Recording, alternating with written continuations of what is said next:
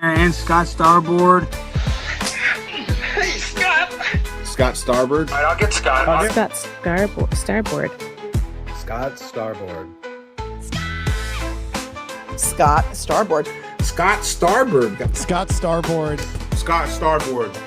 Scott Starboard. Scott Starboard. Scott Starboard. Scott Starboard! Now, turn it up, feel the bass line, gallop fast, collide past the stars, shoot through the mast. Hands high, cheer flows like the breeze. The Scott Starboard vibe, breaking rules with ease. Gritty like sawdust, but smoother than silk. Words spill out, whipped up, honeyed and milk. The show takes on galaxies, king of the scene. Fusion of rhythms, a genre grafted dream. Scott Starboard. Every pulse and sound, a radiant glow. It's the Scott Starboard. Now giddy up, get down, and let that energy grow.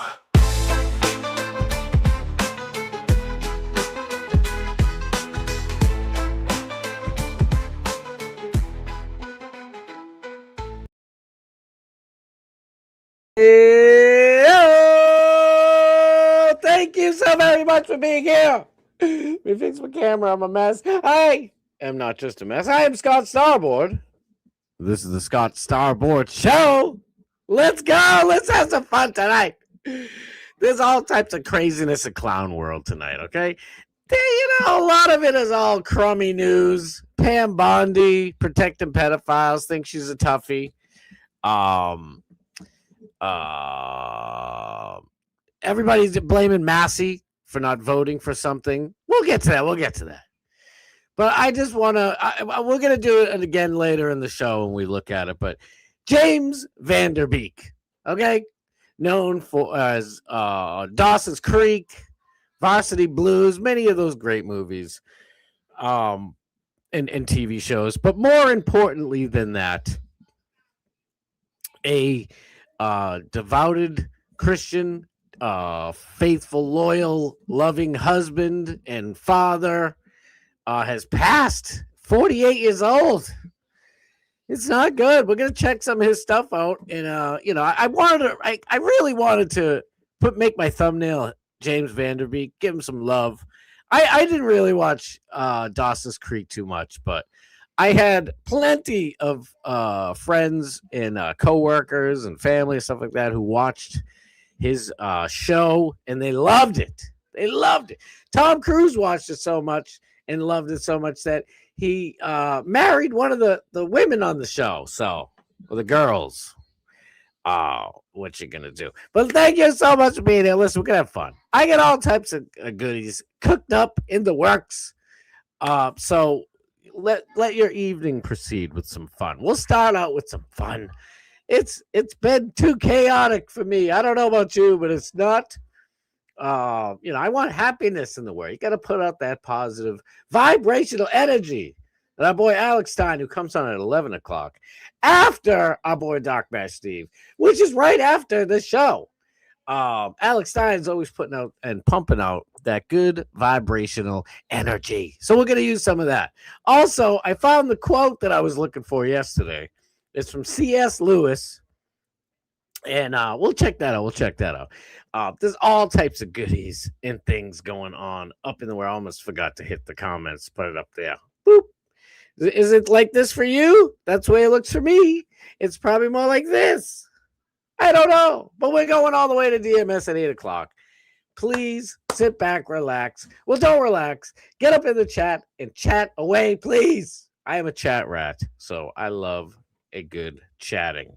I don't know if he's here. I sent the Fat Pig an email. I sent him the link. So we might see the Fat Pig up in here on the show, giving his 2 cents. I don't know if he's watching, but we'll find out. But yeah, listen, we're going to really, really dig into the Pam Bondi stuff. Pam Bondi went in front of Congress, useless hearings. I fell for the lie. My whole life was like, oh, a congressional hearing. Oh, it's so important. Nothing gets done. It's insulting. The very fact that these people can go up there, like Pam Bondi, do nothing. Excuse me, Pam Bondi, Kash Patel, Dan Bongino, who I still want to box, by the way. These people can go up there and they don't do anything. They're never held accountable. Is anybody held accountable for anything anymore? I don't think so. But listen, we'll hold them to account right here. All of us together. Okay. Let me put up, I don't know if did I put it out there? I don't know. Let me see. 1 second. 1 second. I'm just seeing if the fat pig was sent the email. And I don't see him. I don't know where he is. I'm going to post this up here, though, real quick. Before I get to the chat, a little rare mixeroonie. I want to put this up here because it is it's important. I think it's important. Right here. This is C.S. Lewis. He says, friendship is unnecessary, like philosophy, like art. It has, I can't read it up there. I don't know how you guys can read it. If I can't read it, what the heck are we doing here? I'm going to have to restart this. Let me do it the right way. 1 second. 1 second. Because it's got a little weight to it. It's got a little gravity to it. C.S. Lewis says, and I quote, friendship is unnecessary. Like philosophy, like art. Art isn't necessary, right? To life, to living, to surviving. It has no survival value. Rather, it is one of those things that give value to survival. I think that's cool. I thought that was a great quote. It's basically, you understand what it's saying, right? It's saying that, like the basic needs that we need in life, such as food, water, shelter, clothing, all that fun stuff, and just being alive. And nowadays, you need money if you're going to live, because the government and the banks don't let you just, stake off a section of land and build whatever you'd like to build, which is true freedom, in my opinion. But all those things, I guess having a friend come over to help you build stuff would be pretty useful and helpful to survival, but you don't need that. You can still build it on your own. Doing all of those things in life isn't, how do I just say this better? I had it in my head earlier. I got like 4,000 things going on in my brain.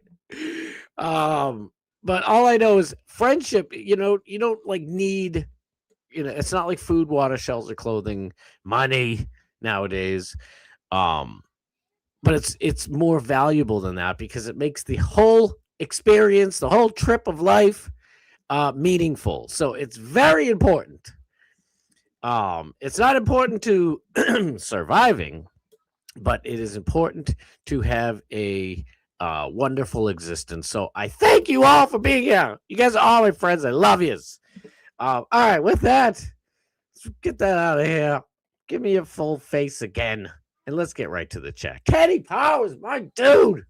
Freaking love you, Kenny. Thank you. Thank you for being here. You're always here. I freaking love you.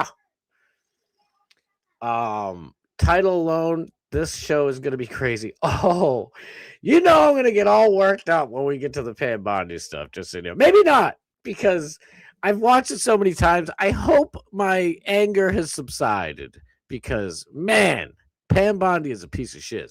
Lord Michael, thank you for being here. Love you. Love you, love you. Always, brother. The greatest one ever. The greatest one ever. Bob Cook, thank you. I love you, Bob Cook. Thank you for always being here. I love you. We need a good nickname for this gentleman. Butterscotch Starboard. Johnny Z. Friendly. The fantastic Friendly. How about that?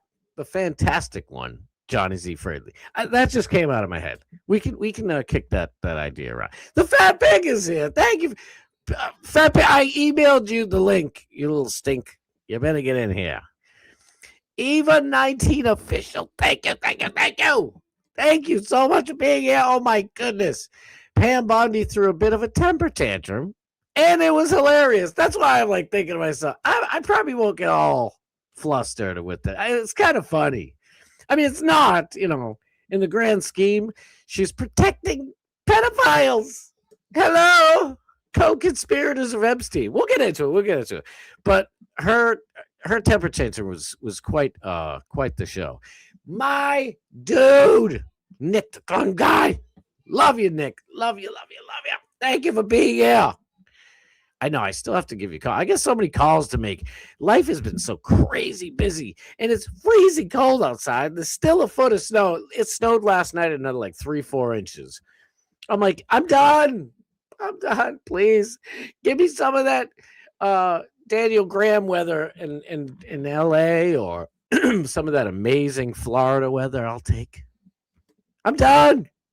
It's so cold. The snow isn't even melting. It's staying put. I'm done with it. Daniel Graham, there you go. I love you, Daniel Graham. Thank you. Everybody give this dude some love. This is my boy, Daniel Graham. I'm still pretty new to the Scott Starboard experience. I don't know what Chuckalugga is, but I'm all in for it. Thank you. I'll explain it. Pardon me. I'll explain it real quick. So I try not to swear on here, right? Instead of like MFer or something like, it'd be like, there's too many Chuckalugga snakes on this Chuckalugga plane. That's a terrible, what's his face? But you get the point. Chuckalugga. I said for the first like 100 episodes, I said Chuckalugga every time instead of the F word, and it stuck. What you gonna do? It's like the nicknames we give everybody. They're all in good love. Good. K-Dog, my dude, I love you, K-Dog. Thank you for being here, my brother. Let's go. Oh, we love Dan the Man, Nick the Gun Guy, everybody up in here. Let's go. Did I miss? Oh, there she is. Truth is unbreakable. Thank you for being here. Always, always, always. Love you so much. Bart Hutchison, my dude. Thank you for being here, Bart, dude. You are the fucking man. Helicopter landed. Let's go. Just wait for the fat pig to pop up on this little box down here. Pam Bondi is this Chuckalugga. When she loses her job and ends up back in Florida, maybe she can host a podcast with Tim Pool. Ooh. Nick the Gun Guy with them shots fired. I'm here for it. I love it. Yes. And yes, you're right about everything, single thing you said. Pam Bondi is a despicable person. Listen, if Pam Bondi was told, ordered even, not to press charges on any of Epstein's co-conspirators, like she was actually in Florida with Jeffrey Epstein himself, she let him go. And Alan Dershowitz fought so that, he got a couple of years in jail, which meant sitting at home free to freely travel anywhere he want inside of Florida. And Pam Bondi signed off on it, so she'll do whatever she's told. So if I was in that position, or any one of us, I think I can speak for all of us and say, we wouldn't let that shit happen. We'd be like, nope. Oh, I'm supposed to protect these. Oh, shit, sorry. I don't have Morgan here to yell at me. She's still got the new baby. He's beautiful. Let me go back here. Still waiting for you, TFP. Where are you, buddy? I know he kept asking me. I kept forgetting. Let me go here. I'm so sorry. I'm all crazy tonight. I'm all over the place. There you go. Get my volumes down. We're back to normal. All right. Chuckaluggas, let's go. Pam Bondi, I think when she goes back to Florida, like, she'll obviously eventually she'll go back to Florida. I don't know if Trump is going to fire her because Trump's doing what he's being told to tell her to do. And just following orders isn't a good excuse. All of us right here, like I said, I think I can speak for all of us.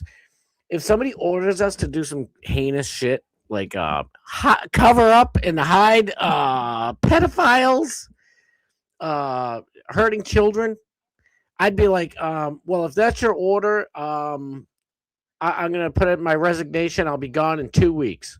Oh, okay, fine. We'll find somebody else. Okay. Well, I have 2 weeks to assign a special prosecutor. So eat it. That's what I do. I don't know about you. I'm pretty sure you do the same thing. Icy bird up in here. Icy. It's getting all icy up in here. It's the only ice I like. Well, except for ice dragging illegals out of here. Sorry, DMS. I kind of like it a lot. Anyway, I don't know. Listen, I'm trying to be funny. What you want from me? My brother from another mother, Big E. The greatest E of all time. My dude, thank you. No, I love you. Chat Rats Unite. Let's go.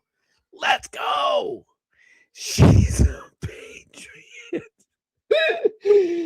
Oh my God, too funny. Pam Bondi is many things. You can call Pam Bondi many things.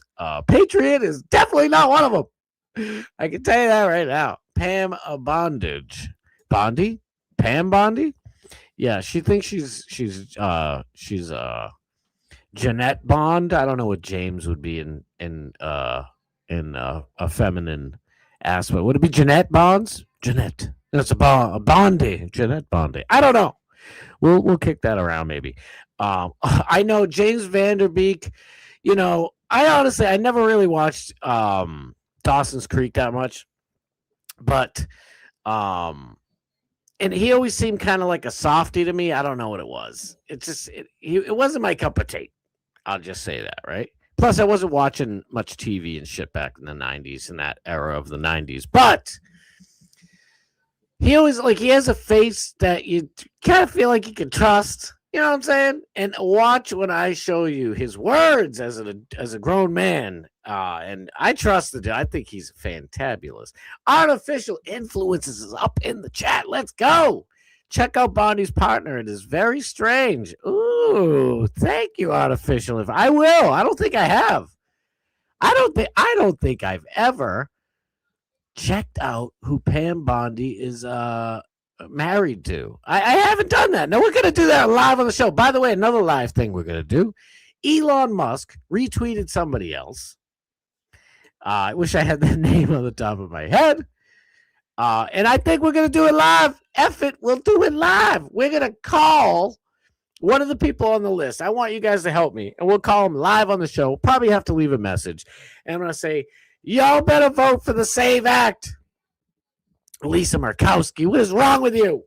What is wrong with the voters? How could you keep voting this woman in?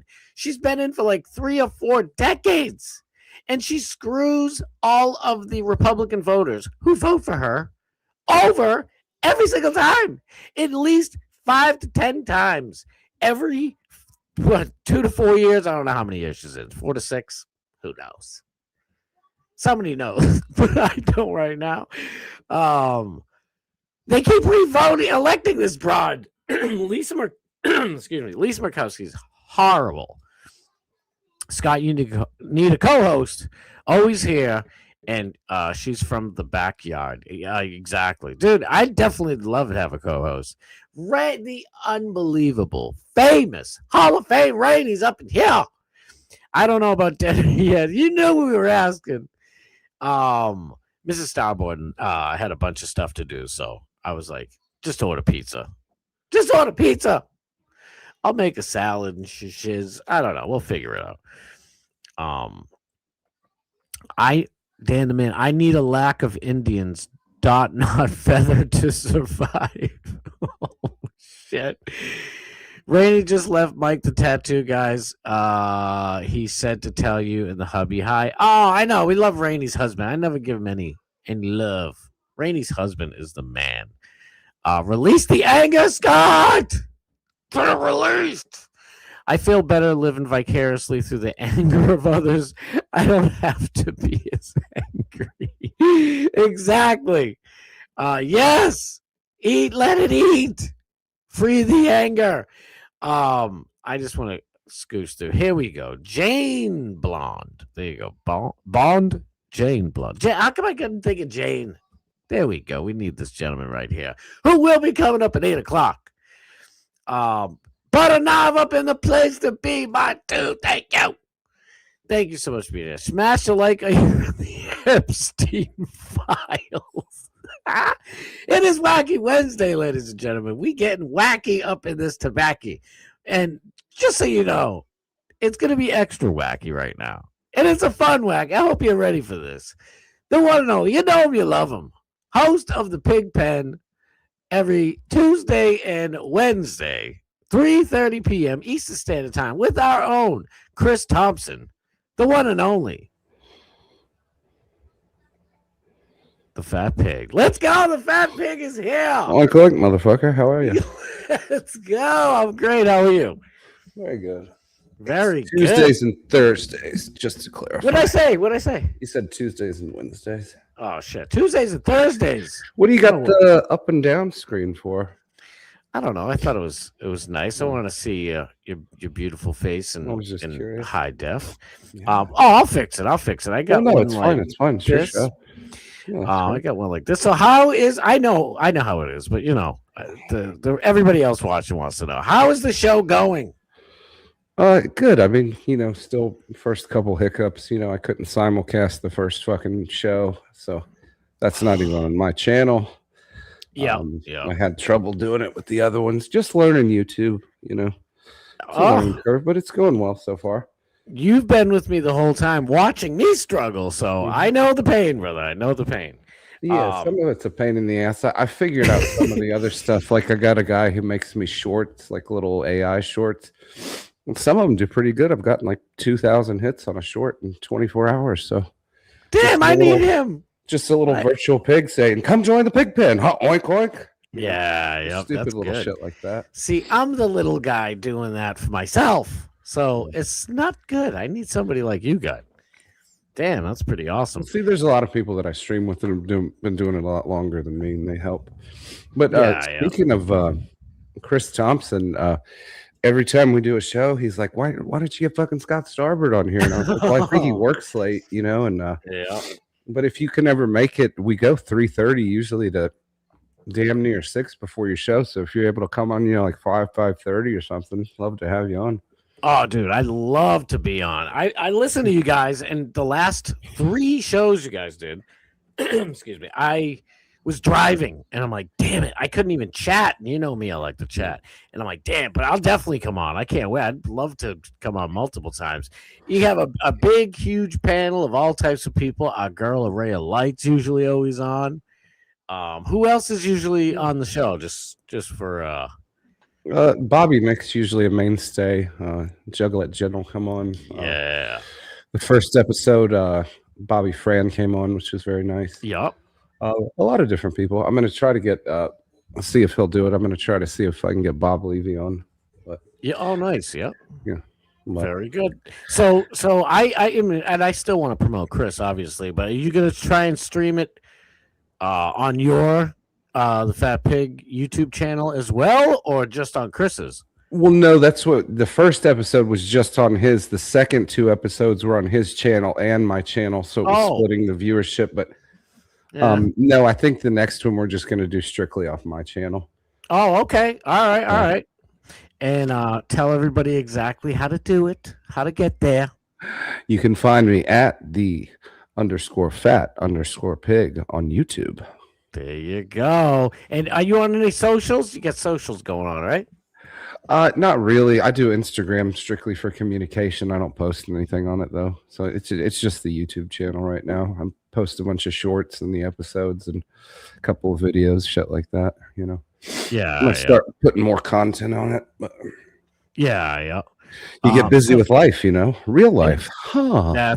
You ain't kidding. I know all too well.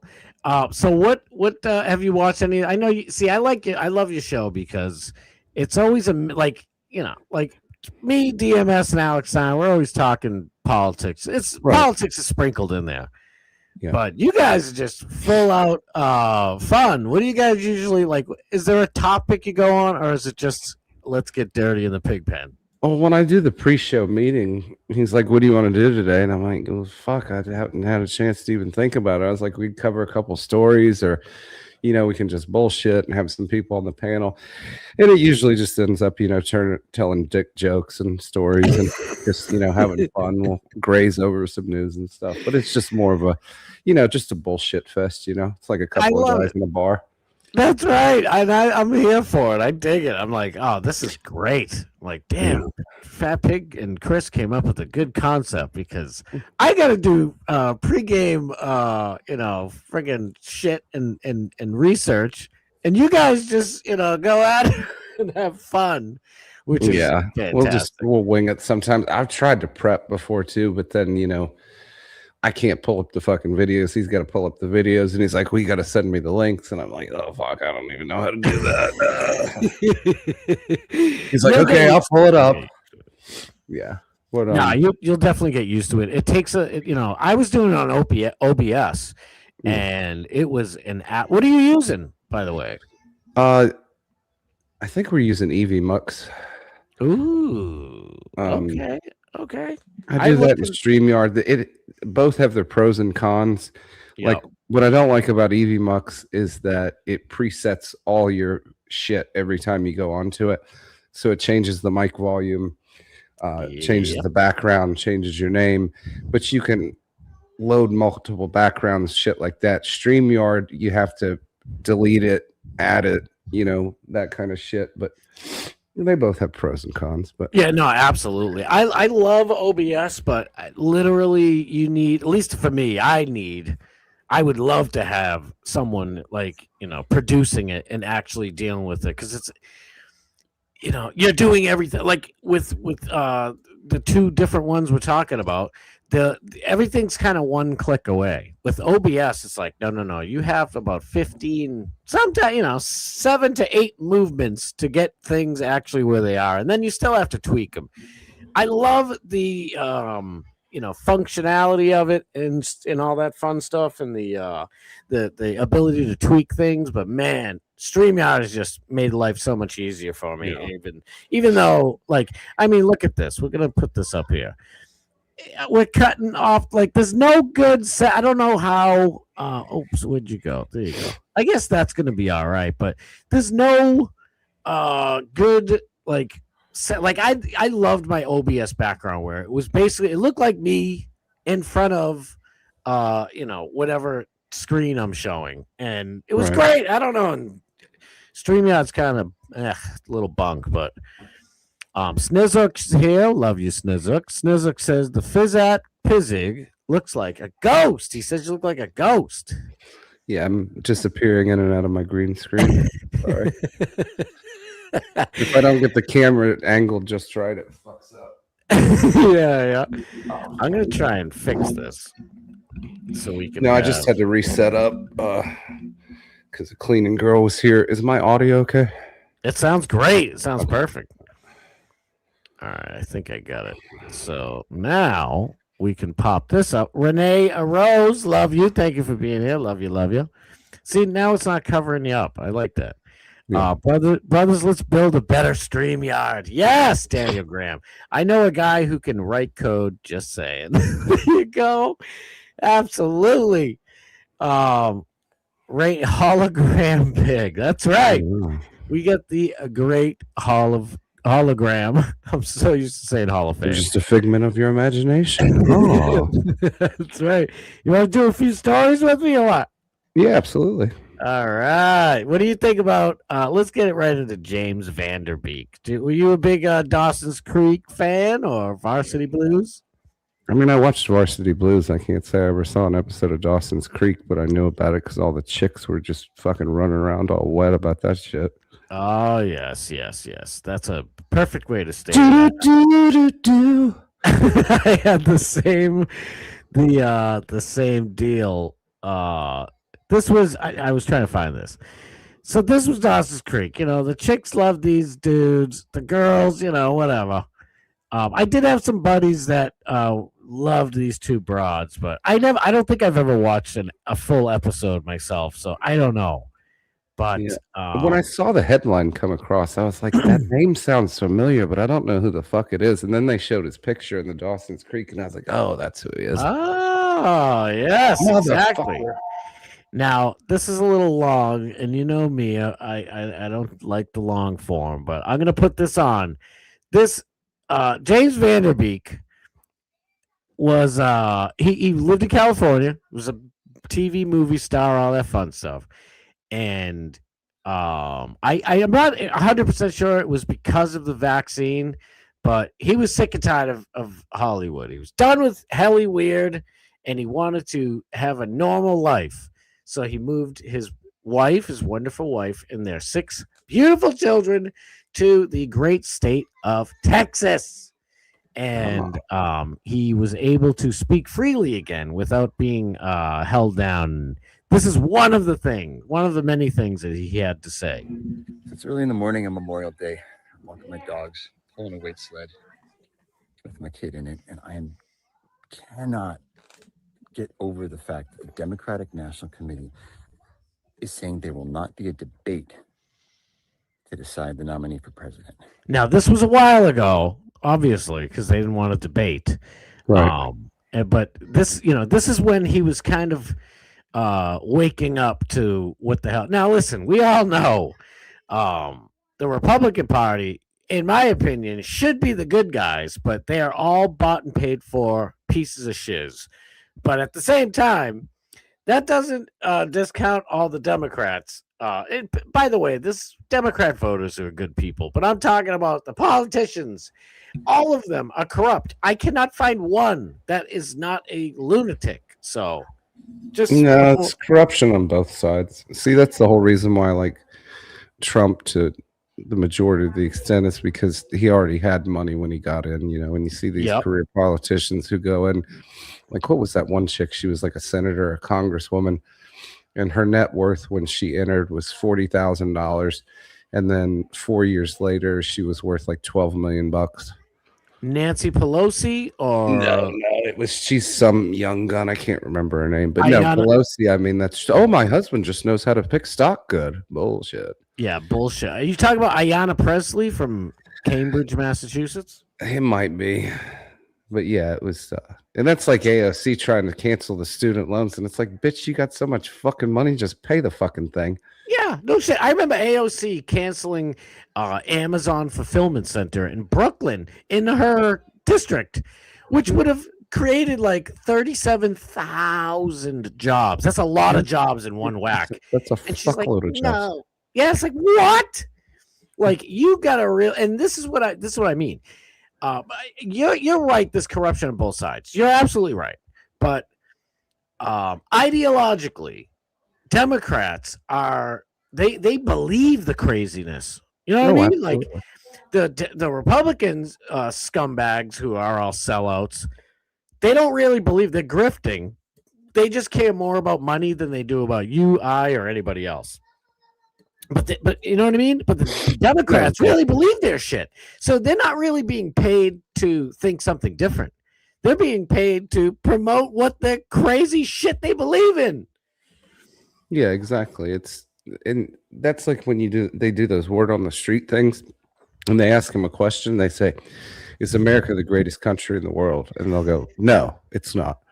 And they go, "Well, what is?" "I don't know." "Well, are you going to move? Are you going to leave because it's not the greatest country?" No. Why would I leave? Right. And they're like, why the fuck did you just make that comment? Exactly. I'm stupid. They truly don't listen. I always say I'm 32 years old and I'll stick to it. But the truth is, I've been around a while. I've seen my whole life Democrats, but I'm in Massachusetts too. So that was my, the vast majority of my scope at the time. And watching these politicians like John Kerry and, oh my God, just a million of them. They hate America. They hate Massachusetts. They're miserable people, and they get a rush when they F over other people. I'm telling you, I know it sounds like I'm being partisan. I really am not. Like, Republicans, at least for the most part, like except for Pam Bondi and a few other people like Mitch McConnell and shit, they like even John Thune doesn't seem happy about screwing over the American people. You know what I mean? But he's taking the money. But these damn leftists, man, who just said something? Was it Sniz? Ilhan Omar is another one. She had no money. Now she's a multimillionaire. Ilhan Omar, Ayanna Presley, her husband was caught selling drugs, and that he gets out of jail to his wife, I guess, being a congresswoman, and all of a sudden he's a $1 million a year paid consultant to her. Like, what are you consulting her about? The facilities at MCI or Plymouth County? I don't know which jail he was in, Walpole, but it's like, what the hell are we talking about here? No, yeah, and that's always obvious. That was like that fat black bitch who tried to prosecute Trump in Fulton County, Fannie Mae or whatever the fuck her name was. Willis, yeah, Fannie Willis. She what she was paying her boyfriend, and she was billing him to work 28 hours a day or 32 hours in a day, when there was only 24 hours in a day, obviously. And when she just went to a congressional hearing or something, she just spout off at the mouth, and she said he'd be the first one there to motivate everybody and get everybody in there early and this and that. Okay, that doesn't negate the fact that there's only 24 hours in a day and you're billing 32. Exactly. They are just so corrupt, and it's gross. Like I said, this goes on for another 3 minutes, and it's just wonderful stuff. But now I'm going to get a little personal here. This from James Vanderbeek. It's another 3-minute banger, but I'll try to. I see. You're supposed to, the deal. You're supposed to, cut in and say stuff in between, and I could make 3 minutes an entire hour-long event. So I'm gonna. We'll just see how it goes. But I was pretty emotional at this, especially at the beginning. This to me. Was powerful enough. I was already going to talk about him today on the show and give him some love. Then I saw that old video. I was like, oh, yeah, he is pretty base. He's a Christian. So I looked into more and more and more. It's not even about Christian, but you know what I mean. And I looked more and more and more into him. And then I found this video after I had already posted about him. And I'm like, this guy is, when each of us faces our own, death, our own, mortality. Our own mortality. Thank you. It's everything comes into perspective. So this to me was pretty powerful. Today's my birthday, and it has been the hardest year of my life, and I wanted to share something that I learned with y'all. When I was younger, I used to define myself as an actor, right? Which was never really all that fulfilling. And then I became a husband, and that was much better. And then I became a father, and that was the ultimate. I could define myself then as a loving, capable, strong, supportive husband, father, provider, steward of the land that we're so lucky to live on. And for a long time, that felt like a really good definition to the question, who am I? What am I? And before we go, I know exactly how he feels. When I was little, I'd like to hear yours too, Fat Pig. Your story about being younger. If it's the same, if it's not, it's okay. But for me, I always have wanted to entertain people. I wanted to be a cartoonist because I'd read, the comic strips in the newspaper. I'm like, I want to make people laugh because back then. That's what you would see the adults laughing at it, and sometimes kids reading like Family Circle or Scott Adams' Dilbert, and they're laughing, and I'm like, I want to do that. And then I got older and I realized it wasn't so much about the art of the cartoons; it was me wanting to entertain. And then I became a break dancer. I even snuck away. Sorry, Ma, I love you, Ma. She knows already, but still. And I tricked my parents at least twice, but I tricked them once real bad, and they had no clue until I was a full-grown adult. But I snuck off in a bus with the Pony Boys from Brockton, Massachusetts to New York, right in Harlem, too. Little white boy, out of his mind. So I could be the little kid breakdancing in the crew. I love breakdancing. But I did love the doing it, but I loved seeing people's faces when they see this little kid doing crazy stuff. And then as I get older, I'm like, I want to be an actor. I want to be like, De Niro or Ray Liotta and Goodfellas. And then I realized it's not really so much like I'm not a Shakespearean type of dude. Like, right. So you're not doing it for the craft or the respect of the art. You're doing it more for the notoriety. Absolutely. To be recognized and seen. Right. And it's like I did want to do it, and I did want to see myself in something like Goodfellas or something, but you're absolutely right. It was more about that notoriety. Because I'm an entertainer, I love it.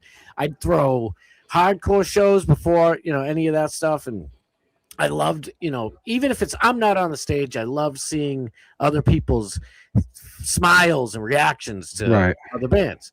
And then I moved to Vegas, and I was going to do acting out there, and I did a couple little things, but I came home and realized I love music. I love playing music. And the crazy thing is I'm playing music, we're practicing, getting good, and then we start going out and playing out shows, and I'm getting that reaction. So I'm like, this is perfect. What I'm doing right now in my life, this is awesome. I'm getting fulfillment of actually playing music and making songs, blah, blah. And then I get the crowd, either approval or disapproval, usually approval.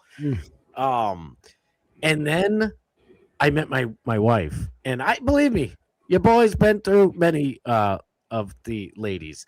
And, but I met my wife, and I'm like, you know what? This is why this video from James Vanderbeek hit your boy so hard, because I'm like, I realized it kind of never really mattered what I was. Was I an actor or cartoonist or breakdancer, graffiti artist, whatever the hell it was? Mm-hmm. It was like, I realized right then, kind of the most important thing. And then you have kids and you find a brand new love. There's 4 loves in the world, C.S. Lewis and Aristotle said, but I don't want to get too philosophical here. But and then you have kids, and it's like, wow. And honestly, my wife and my kids, and of course, the Lord above, I'm like, this is really the audience that I wanted their approval the most from. You know what I mean? Right. And of course, I want it from friends and everything, but like, I don't know. It seems like people grow up and you find out what is most important, what's really important. So, So what did you want to be when you were growing up? Well, I started working real early. I opened up a business. Technically when I was like 15. And then I couldn't wait to get out of high school because I wanted to do it full time and all that. When I was a child, like when they said, what do you want to be when you grow up? I liked animals. So I said I wanted to be a vet. I did go through the period of time like you're talking about, wanting notoriety and everything. And everybody thought I was the life of the party and that I was funny. And I was like, they were like, oh, you should do stand-up. You should do stand-up. And I was like, I can't do that. I freeze in front of crowds. Yeah. And they're like, well, you'd be real funny and everything. And I thought about it and I was like, even if it did work, I'm not passionate about it. I just feel like it'd be a pain in the ass, trying to write jokes, come up with more stories. Every bit of fucking material's been used already. And even if you write it and think it's your own original, somebody's going to say, oh, that's my bit. You fucking stole it. Oh, yeah. But note it, like you say, when you get older, you gain a lot more perspective. That's why, when I got in my mid-20s, I got less and less friends because I realized who I actually was as a person. And I just started quit hanging around with people because I realized you're not my type of person. And it's just, run around and fucking off with these people and just the negative energy and everything. And so I've only got a handful of friends now, besides family and everything. And going back to your other point, those are my main things: this God, family, and country. In that order. Yep. But yeah, it's when you're a kid, you think a lot of different stuff. You get a little older, you get a little more ambition. You think, oh man, I could I could be walking the fucking red carpet or some shit like that. You Yeah. know? And millions of people would adore me. And then I got a little older and I was like, yeah, you sound like a fucking idiot. You know? See how many failed actors and actresses and stand-up comedians and shit. And I mean, you know, not a shot at him, but I mean, even look at my good friend, the Reverend Bob Levy. He was on Howard Stern. He did every one of his roasts. Yeah. He's not selling out he's not doing Netflix specials. Right. He still tours and does stand-up and everything and makes decent money at it and has a show. But I mean, even somebody like him who's been in the business for 40 years. Yep. You know, I mean, look at Bubba. I mean, no offense, but I mean, he's been in the business over 40 fucking years. Yeah. He's not walking red carpets, you know. I mean, he worked for Stern and everything, but you know, it can be a flash in the pan, and that's the thing. I mean, like this guy, you know, he walked away from it. Yeah. You know, Dave Chappelle walked away, but he was able to go right back to it because the demand was so high. Yeah. But you know, you can also fizzle out. You know, there's a lot of child actors that you never fucking see anymore. Yeah. And they try to get work, but they can't get work because they're like, you actually suck. And have you noticed the majority of them aren't happy No. because they never grew up to the point to realize that all the thoughts you had when you were a kid about millions of adoring fans really isn't the you know, the pot of gold at the end of the rainbow that they thought it was. I mean, what are you going to have your fans over for a lunch to hang out with? You know, then you go. The other thing too that I really got turned off by when I seriously sat down and thought about it was, if you're an A-list celebrity, if you take a shit, it's front page news. I would not like that to where I can't go out in public. I can't do my own grocery shopping. You know, can't, you know, take kids to the mall to see Santa, you know, shit like that. You get fucking mobbed. You got to have private security, all the bullshit. You know, you got to have a gated house. You know, worry about people trying to fuck with you because they hate you because you got celebrity and, you know. Right. Oh, they kidnap your mom or grandmother, like yeah, Jesus, that thing's fucking crazy. Guthrie Jeepers Creepers. I guess. Do you know anything more about this? Because last night during Doc Matt Steve's show, they caught, or at least maybe they arrested somebody. They apprehended a guy. They questioned him. They already released him. They won't say whether or not they kept his phone or not. He did an interview though, so I wouldn't think he's guilty if he did an interview on camera. Yeah, but they did in the last couple hours. They did find a black glove in the bushes on the road from her house that they think matches up with one of the ones that he was wearing. But they say that's weird too, because it's just one glove. It's not, you know, like he was wearing two sets of gloves, and it's just one. It's not a pair of them. So it's just very weird, and they won't release shit to the public. So I don't understand. Like, there's so much to I this, think she's probably dead, to be honest with you. I don't think she's with us anymore, unless they didn't take her medicine. Like they had, you know, regimen. Well, see, they wouldn't even admit that whether her medicine had been taken or not. They wouldn't even say that. They wouldn't say if there's forced entry or not. They wouldn't. They're withholding so much shit. And then the one interesting that I did hear earlier was that how they got that Ring doorbell footage. She didn't have a subscription, so it records for 3 hours and then it records over itself unless you have the subscription. When he disabled the camera, it stopped on the server. And that's the only reason why they were able to get it. If he'd have left the camera alone, it would have recorded over it, and they never would have got that footage. Ooh. So it's a little slip up there. Yeah, it's a big slip up. See, we'll just put this here while we chit chat. I don't know. It's the only one I can find fast enough. Mrs. Starboard and I were talking about it a couple days ago, and she's like, it doesn't make sense why they do it. And they were only asking for 1 Bitcoin at first, which is like $60,000, but $60,000 for a family worth millions of dollars. Well, that was the guy who came out today, and he said that he would give up the name of the person who did it for 1 Bitcoin. But a Bitcoin, I think today I checked, is worth $56,000. The FBI reward is $50,000. So they mailed a letter to TMZ with that. No, the guy that they thought was credible that they said they were going to give the money to, it was also an interesting number. He wanted 6 million in Bitcoin, not 5 million, not 10 million, not 20 million. He wanted $6 million. That's odd. So it's it's kind of a weird number, you know. Well, it's almost like they know how much cash that family possibly could obtain, right? I thought she probably made that a year. Yeah, but you spend, it's like, so if I make 200 grand a year, that doesn't mean I got 200 grand. You know what I mean? Oh, So absolutely. if she's getting 6 million, and it looks like she's got a lot of family, and she's probably taking care of them all. They all have houses. She's probably giving away, and plus, first of all, I think she lives in New York, right? Or California, because it's California? Today's Show, so I think it's. Oh, you're right.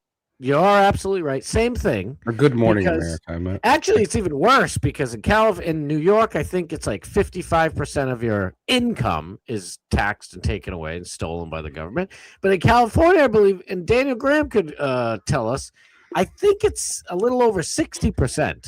So 6 million right there. She's not even taking home 2.89 million. You know what I mean? Yeah, no, it's fucking insane. Because I remember one year, I saw Phil Mickelson, the golfer. I think he made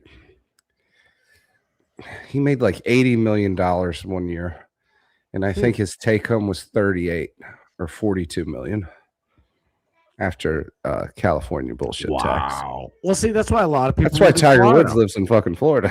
That's why they all do. That's why he's a billionaire. Think about it. Like when I remember Shaquille O'Neal was on the Celtics for like about 15 seconds. And he lives in Florida. I think he's in Miami, but I don't know if it's Tampa Bay, whatever. And they were mad at him for right after the season's over, boom, he's gone. Every single weekend where they didn't have a game for 3 days, boom, he's back there. Yeah. He missed some practices and some preseason shit because he's in Florida. And they're like, what are you doing? He's like, I have to prove that I live in Florida for more than 6 months out of the year, or else he goes, you think I'm going to let Massachusetts take all my money? And it's like, and I don't understand. Oh, I could get into Massachusetts shit all day. It's just as evil and shitty as New York and California, believe me, because they're coming up with new ways to tax us. And it's just... elections just happened. We did an audit here. We voted. Even the libtards said, check mark, yes, please audit the Massachusetts state government. And the state government's like, no, you can't audit us. Sorry. It's like, so what? So what's the point of voting then? You know what I mean? Well, see, that's like John Morgan, Morgan and Morgan. He stays in Florida strictly for that reason and has his business here. And he stays exactly 1 day extra, and then the other half of the year he spends in Hawaii, where he wants to be full time. But he has to spend a certain amount of time here, otherwise they're going to start dipping into those deep pockets that he's got. Not that he needs the fucking money, but I don't blame him. I mean, it's a sound business decision. That's gosh dang right. Why on earth? I listen. I'll just say this. I don't understand what the hell humans were thinking back in the very early 1900s when Woodrow Wilson was the president and he established the IRS. Mm-hmm. I mean, maybe I do understand, because look at us right now. What are we doing? We're not doing anything. We let Pam Bondi and all these scumbags get away with everything. There's nothing for us really to do. But at least back then they still had like pistols at dawn type of shit, and the hangman. Pistols and what? Pistols at dawn. You know what that is? At dawn. Okay. But yeah, let me get to. There's a bunch of hilarity in the chat, and I just gotta recognize it a little bit. So we had a troll up in here. I don't know if he's still here. Jeffrey Knox saying, Trump supporters, if you still MAGA, you are a pizzetto. And Snizzler said, what? I'm a Trump supporter, punk. By the way, I am too, even though he's driving me absolutely crazy. And and our boy Ken is like, what do you mean, Jeffrey? And Jeffrey's like, pizzetto supporter loser. And Snizzler's like, go fuck yourself. Did you see that video where Boom, that guy shouted at Trump, and he's like, you protect pedophiles or whatever, and Trump looks over at him and goes, "Fuck you." Yes. He was at like the auto plant that he saved. It should be in Mexico. Now, I think that the guy, the auto worker, I think he has the right to like say what he wants, like the freedom of expression, freedom of speech. Yeah, but I mean, he's also, an idiot. He's an idiot. It's also the leader of the free world. Like, if Joe Biden walked in front of me, I wouldn't go, "Fuck you, Sleepy Joe." I'm not going to do that. Neither would I. It's obnoxious, you know. Especially, I wouldn't be like, "Go sniff another kid's hair, you fucking weirdo." Did you shit your diaper today, you piece of shit?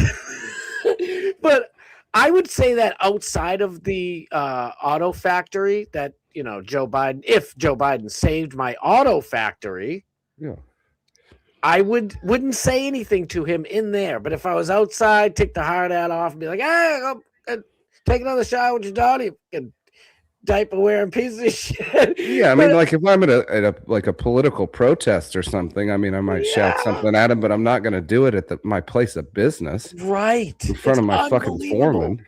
And by the way, I heard he went around and shook hundreds of their hands. You had a moment right there where you could shake his hand and be like, "I don't like what you did with the Epstein files. I thank you for, saving my factory. I really mean that from the bottom of my heart." But you know what I mean? Have a normal conversation. Like he was just being a little piece of shiz. And I'm with you. It's bullshit. Stay golden, pony boys. Wait, what? Is that Scott a fan of Electric? Wait, break dance to Electric Boogaloo. Yeah, you're damn right I am. What the heck were their names? It was like Sonic and Flim Flam. What the hell were their names?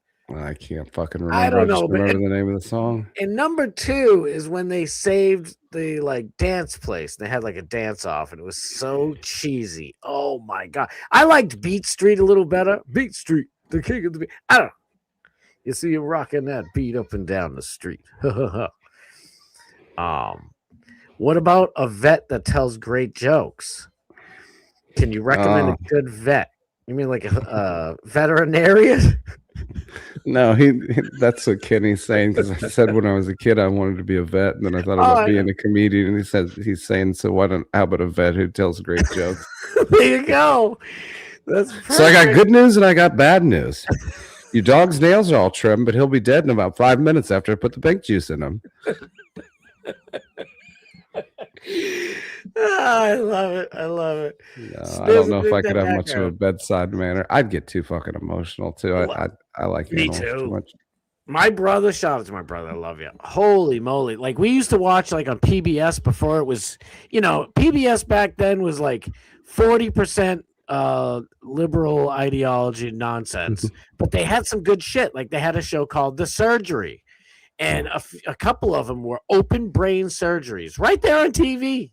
You remember that shit? Well, yeah, and they do like facelifts and shit. We flipped it over one time, and I was like, "What the fuck is that?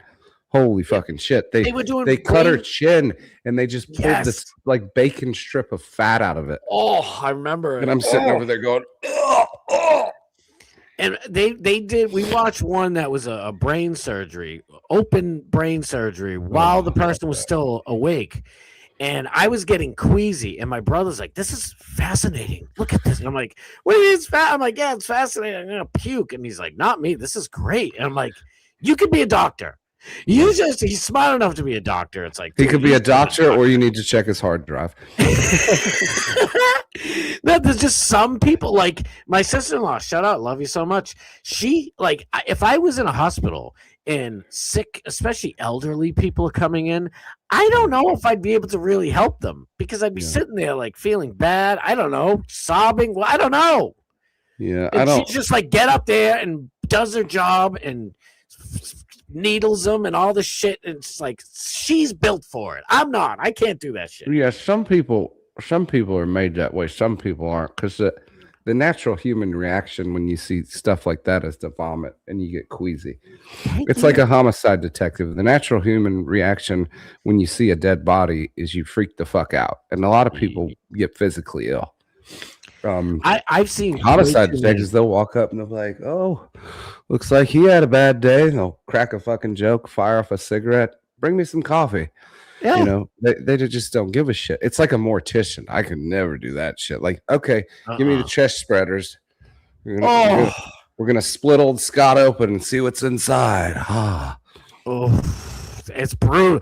I mean, like I remember. I don't know if it was real or a movie or what, but I remember a detective eating bagel with cream cheese, looking at a dead body. I don't know if you've ever smelled them. Unfortunately, I've seen many dead bodies. Yeah, it's terrible. The smell, you'll never. It's almost a peppery copper. I don't know. It's the worst thing you could. I can't even describe it. Yeah.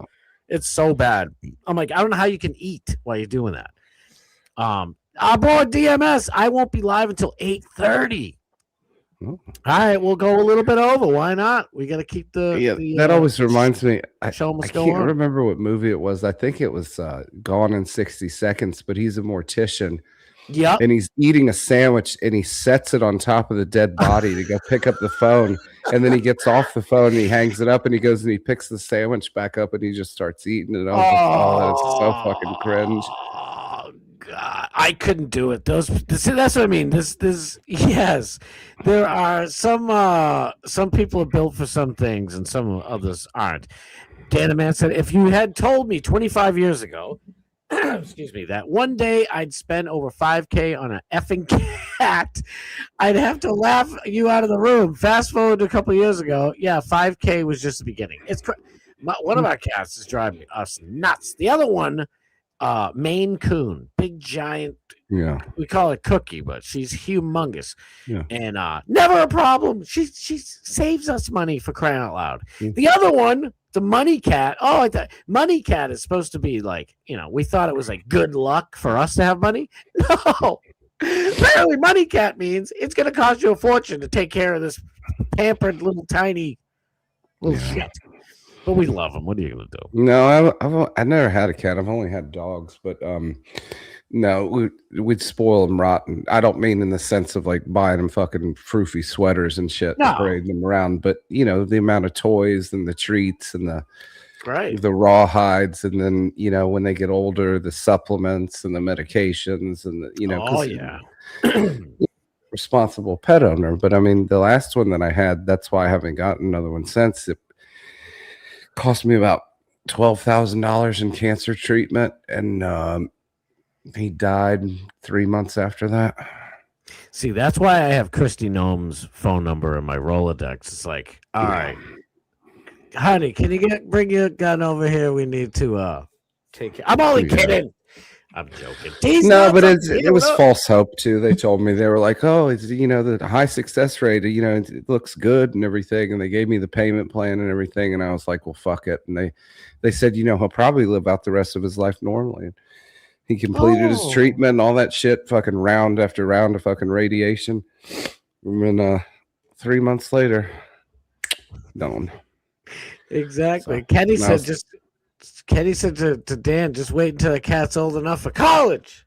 Yeah. Oh, God. That's great. Oh, it's true, though. What up, these nuts? What's up, peeps? Let's go. All right, let's do a little more deep dive. But, yeah, I think that's interesting. No, I almost forgot. I was talking to Mrs. Starboard. I'm like, I think the mom already died, and maybe they were collecting money on her, or maybe they gave her too much medication and they like MJ'd her or something. You know what I mean? Like, yeah, it doesn't really, nothing fits here. It doesn't really fit. Maybe one day we'll find out, but it's probably son-in-law seems a little suspicious. Wicked suspicious. And they say he supposedly is the last one to see her alive. Supposedly, but they won't even give that detail out. Exactly. And they've evacuated their home and have relocated. And they couldn't tell if they were agents or they've hired a private security firm. Yeah. And it seemed like they went and got their mail and some shit. But one of the guys was wearing gloves. But they say that's in case, it ends up being something with them. The private investigators, they don't want to contaminate the scene, so they can't go back and be like, oh, you fucked up the scene. So yeah, but they were only in there for 15 minutes, and then the guy with the gloves on got the mail and threw it in the car. So, oh my God, it's kind of weird. It's not kind of weird. It's really fucking weird. It's really weird. The whole thing is so weird. Like nothing makes sense. Usually, like with the what was the big famous kidnapping case there back in the day. The Lindbergh baby. The Lindbergh baby. Yeah. That all basically made sense. You know what I mean? Yeah. Look at the Jean-Benet Ramsey shit. That doesn't make any sense. No, and none of us are gonna know. That's what pisses me off the most because I was always into this. Like I'm still trying to figure out what the hell they did to that broad, but yeah, that one drives me fucking crazy. And the detective who almost had it solved died.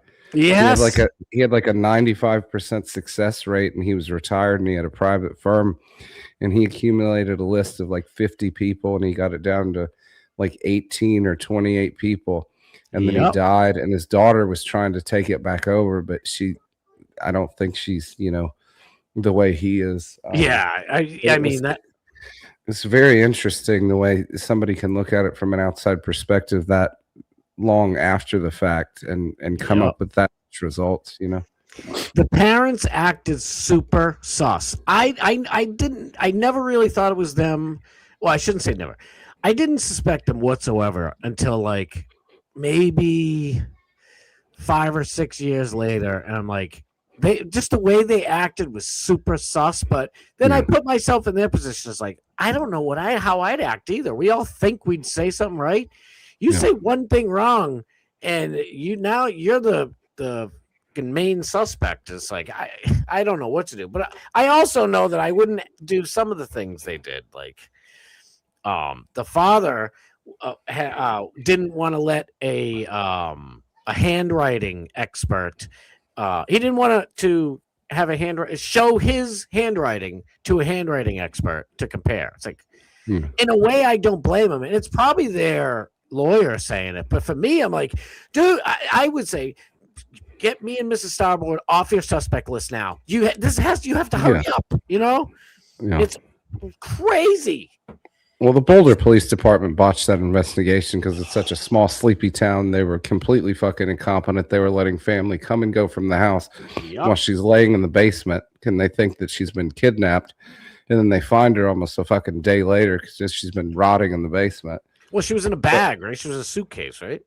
No, she was just laid out on the floor, I believe. She was? Oh, maybe she was behind it. I remember seeing pictures in my mind, like there was like a baby blue suitcase down there or something like that. But I quit thinking that it was the father. I actually saw him on TV today because he was, no shit, trying to be helpful with the thing that's going on now because, it's technically a ransom and that's what they thought theirs was. But it went out the window for me that he and his wife were a suspect because recently he's come out and he's made friends with the new sheriff and DA of Boulder, and he said they're actually competent and they're going to do the new DNA testing, and they do have DNA on file, and he's pushing very hard for it. So why haven't they done that? I think well, they didn't have the technology. It's relatively new. It's like the touch DNA shit. It's not like they have blood or seminal fluid or shit like that. And what sucks is by now, if it was some random psychotic weirdo who saw her in beauty pageants or whatever,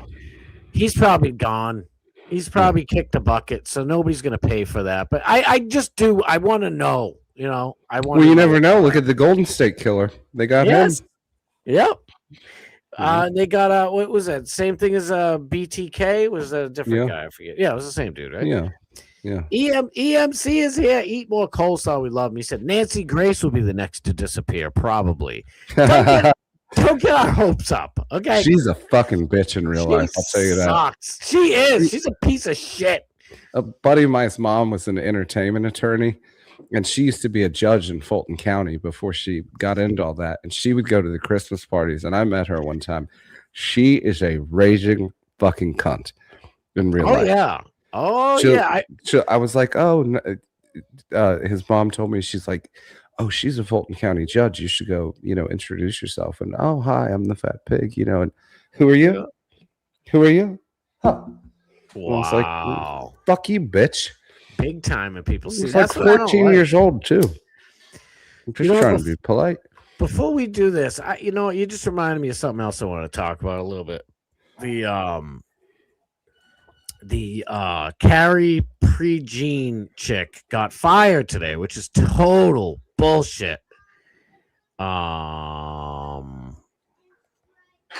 First of all, this guy, Dan Patrick, Lieutenant Governor of Texas, great job, Texas. They just elect the worst people. He says, Carrie Prejean Bowler has been removed from President Trump's Religious Liberty Commission. Religious liberty? And she's not at liberty to speak on her own religion. You can't make this shit up. It's fucking insane. No member of the commission has the right to hijack a hearing for their own personal and political agenda on any issue. I promise you, to anybody, whether you agree or disagree with what she said, she did not hijack anything. And by the way, that's what every meeting is. It's to hijack the meeting for the special interest group that's paying you under the table. So this is bullshit. The whole thing was about freedom of religion and anti-Semitism. She brought up everything. It's just complete bullshit. This fucking piece of shit fired her. Laura Loomer was contacting this guy and contacted Trump and helped get her fired, and it's just unbelievable.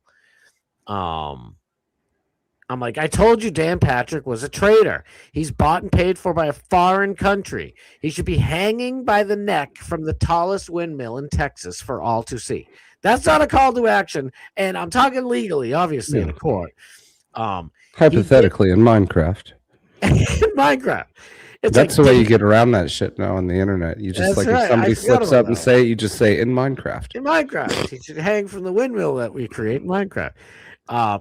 Did he fire any of the Israeli members of Trump's Religious Liberty Commission who called all Catholics anti-Semites? I'm not an anti-nothing. I guess I'm anti-Trizans, but it's not even that. I'm anti, like, if a grown-ass person, full-fledged adult wants to dismember their body, knock yourself out. But I don't want kids doing it, so I guess I'm anti-Trizans for kids. I don't know. 1-800-CARS for Trizans? I don't know. Oh, that's the most annoying fucking commercial in the world. Oh, it is. I'd grab that guitar out of each one of those kids' hand and fucking face plant them. Fucking one of them.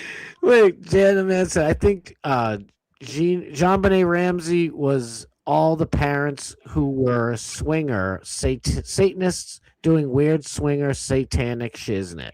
I don't know. I don't know, dude. I mean, if you see the crime scene video of how wholesome that house is and the Christmas tree, and they were going on vacation, and yeah. And the other thing is, if you're going to try to cover that up, why would you call the police right away? Exactly. You know what I mean? Exactly. It's just so weird. Like, the whole thing is just a complete and utter mess. You also, like, people have to remember, include myself, that JonBenet Ramsey's parents were like snobs. You know, yeah. They were snooty, yuppies. Yeah. And I'm not insulting. I mean, everybody has their own different stuff. I don't care. I have a lot of yuppie people in my life that I love. Well, they're rich white people. I mean, that's they're rich, white, snobby, goody two shoes, yuppies. So they did, I don't think they were expecting this nightmare to happen. If they were innocent, then they don't know how to act. It's like, Buffy, bring the bonbons for the party, bring everybody over. We need to look for something. Exactly. Your perfect world comes crashing to a screeching halt. Right. You're used to cocktail parties and Christmas parties and lavish vacations, luxury cars, clothes, watches, etc., etc., etc. And then find your poor little girl choked out in the basement with a garrote wire. Yep. But here's the thing. Dan's right, because see, this show can go anywhere. We're talking about JonBenet Ramsey, for crying out loud. But here's the thing. He's right, because I do remember, I think they went to like the island of Caicos or something like that, and they did like a swinger thing once, and they're like, we only did swinging once. And it's like, what? You told everybody you never swung before. It's like, the shit is crazy. It's just, you don't know, like, and everybody's, it's just, I don't know. You just can't. The other interesting twist with that thing was, what's his name? John Ramsey. Yep. He got together with Natalie Holloway's mother. Yeah. And they dated for a while after his wife died. Holy shit, that's weird. Well, it was like emotional support because his was unsolved, hers was unsolved. They got together somehow, got in touch, and then they ended up getting together. I don't think it lasted, but Kenny's all right. Keiko says the best swings. No, I'm not saying it's weird, like in a gross way. Like I don't think they did anything wrong. People in trauma, or whatever, they've shared trauma type of deal. That's a normal thing for them to bond like that. But I don't know. Like my daughter gets slaughtered like that, and the whole world's looking at me. Blah, blah. I don't know if I'm really ever thinking of getting my willy wet again. Does that make sense to you? I don't know. Maybe I am. Who knows? Maybe one day, but I mean, hell, that's like when I got a prostate exam. I couldn't have sex or jerk off for 2 fucking weeks. I know what you mean when it comes to that. Right? Yeah. But I mean, people deal with grief differently. I mean, I remember a very close family member had just died, and we had to get the urn and take it to the church. Yeah. And one of my siblings looked at me and goes, "Wow, he's heavy." And I laughed. I mean, I thought that's what he would have wanted. He was a ball breaker, so yeah, it's fucking funny, Absolutely. But people deal with it differently, and then you say something like that in front of somebody else, and they go, "How could you say something like that?" Well, because it's fucking funny. People deal with grief in different ways. Absolutely, absolutely. I mean, some people look at Erica Kirk. Some people, shoot fireworks off and they celebrate. You never know. It's all a different thing. I'll tell you the weirdest thing before we move on. Yeah, it's the blacks with the funerals, with the T-shirts, and then they do selfies over the caskets. And they that booty shit shaking? is fucking weird. And they what is it called? The booty shaking dance? Twerking. They twerking up on the dead body's face. Look at my twerk, girl. Look at my twerk. Oh, he loved it when I twerked. Yeah, they bust out the flip phone burner and they get down by the casket for the selfie and they start doing selfies with the dead body. Oh my! What are you going to look at that later? That's like people who record concerts on their phone and they're staring at the phone screen instead of the concert. Yeah, you're never going to go back and watch that shit. Listen, I did that at the Fenway Park for Guns N' Roses, right? Yeah. But I wasn't really watching on my phone. I just had my phone recording. And right. So you're watching the live performance while you're recording it on your phone. I'm talking about the people who look at their phone screen while they're at the concert. It's ridiculous. But here's the thing. I went back and it's just me screaming every lyric into this. It's like, so I had to delete them. I'm like, what the hell am I going to do with this? It's like, oh, sweet child of mine. It's like, that's not my best performance. Yeah. Dutch Duke's in the house. Dutch Duke, love you, Dutch Duke. Dan the man said, I'm with you, Scott. There are tragic things that will shut down chapters in my life for sure. It's hard to know for sure, but that's where my mind goes to. Listen, exactly. That's how I feel. We need a Scotty Lamar twerk video. Make it twerk. Oh, Uncle Tyrone loved it when I twerked. Make it pop. Dutch Duke, my dude. Hell yeah. I'm looking at my phone watching this live stream. Kenny's the best. Hell yeah. Scott and I twerking on Pool's property when he closes shop. I was like, oh, you like skateboarding? He loves skateboarding, y'all. Oh my God. I saw an article one time. These two black brothers, their elderly mother died, and she used to party with him. Yeah. And they somehow got the mortician to position her in a chair at the coffee table in her kitchen and prop a Colt 45 tall boy in her hand and a Newport in the other. And they put sunglasses and a ball cap on her. So her dead body's at the table. Hell yeah. I think they pulled that mortician's permit or the funeral home after that. I don't really think you're supposed to be doing that kind of shit. I think that's kind of badass. That's what she actually wanted. That's fucking creepy as shit. If your mother died, you'd want a dead body propped up at the table, like are you having a party? Go up, hey ma, slap her on the back, think she's still alive. She fucking flies across the room. I didn't say it's how I would do it. Yeah. But I mean, since they banned Newports, it's like, all right, prop the old lady up, give her one more Newport. Well, and by the time the end of the party, they probably ran low, and one of the one of the old boys probably grabbed that smoke out from between her you don't- hands and lit it up.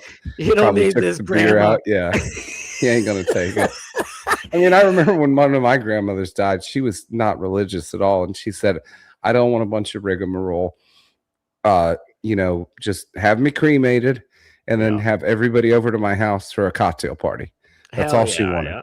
So we Listen, posted up a picture of her where she would sit with an ashtray with one of her cigarettes in it and a bourbon and water, which is what she drank. And we did that, but we didn't prop her fucking dead body up. I mean, it was, and she probably would have gotten upset with that. Oh, what are you putting a fucking picture up for? You're taking up a seat. That's the way she was. She was hardcore. No, that's badass. But for me, I want to be. I don't want any embalming fluid at all. I want my body to be treated just like all the other canonized saints, and I want to be in a glass casket in an above ground what the heck are they called?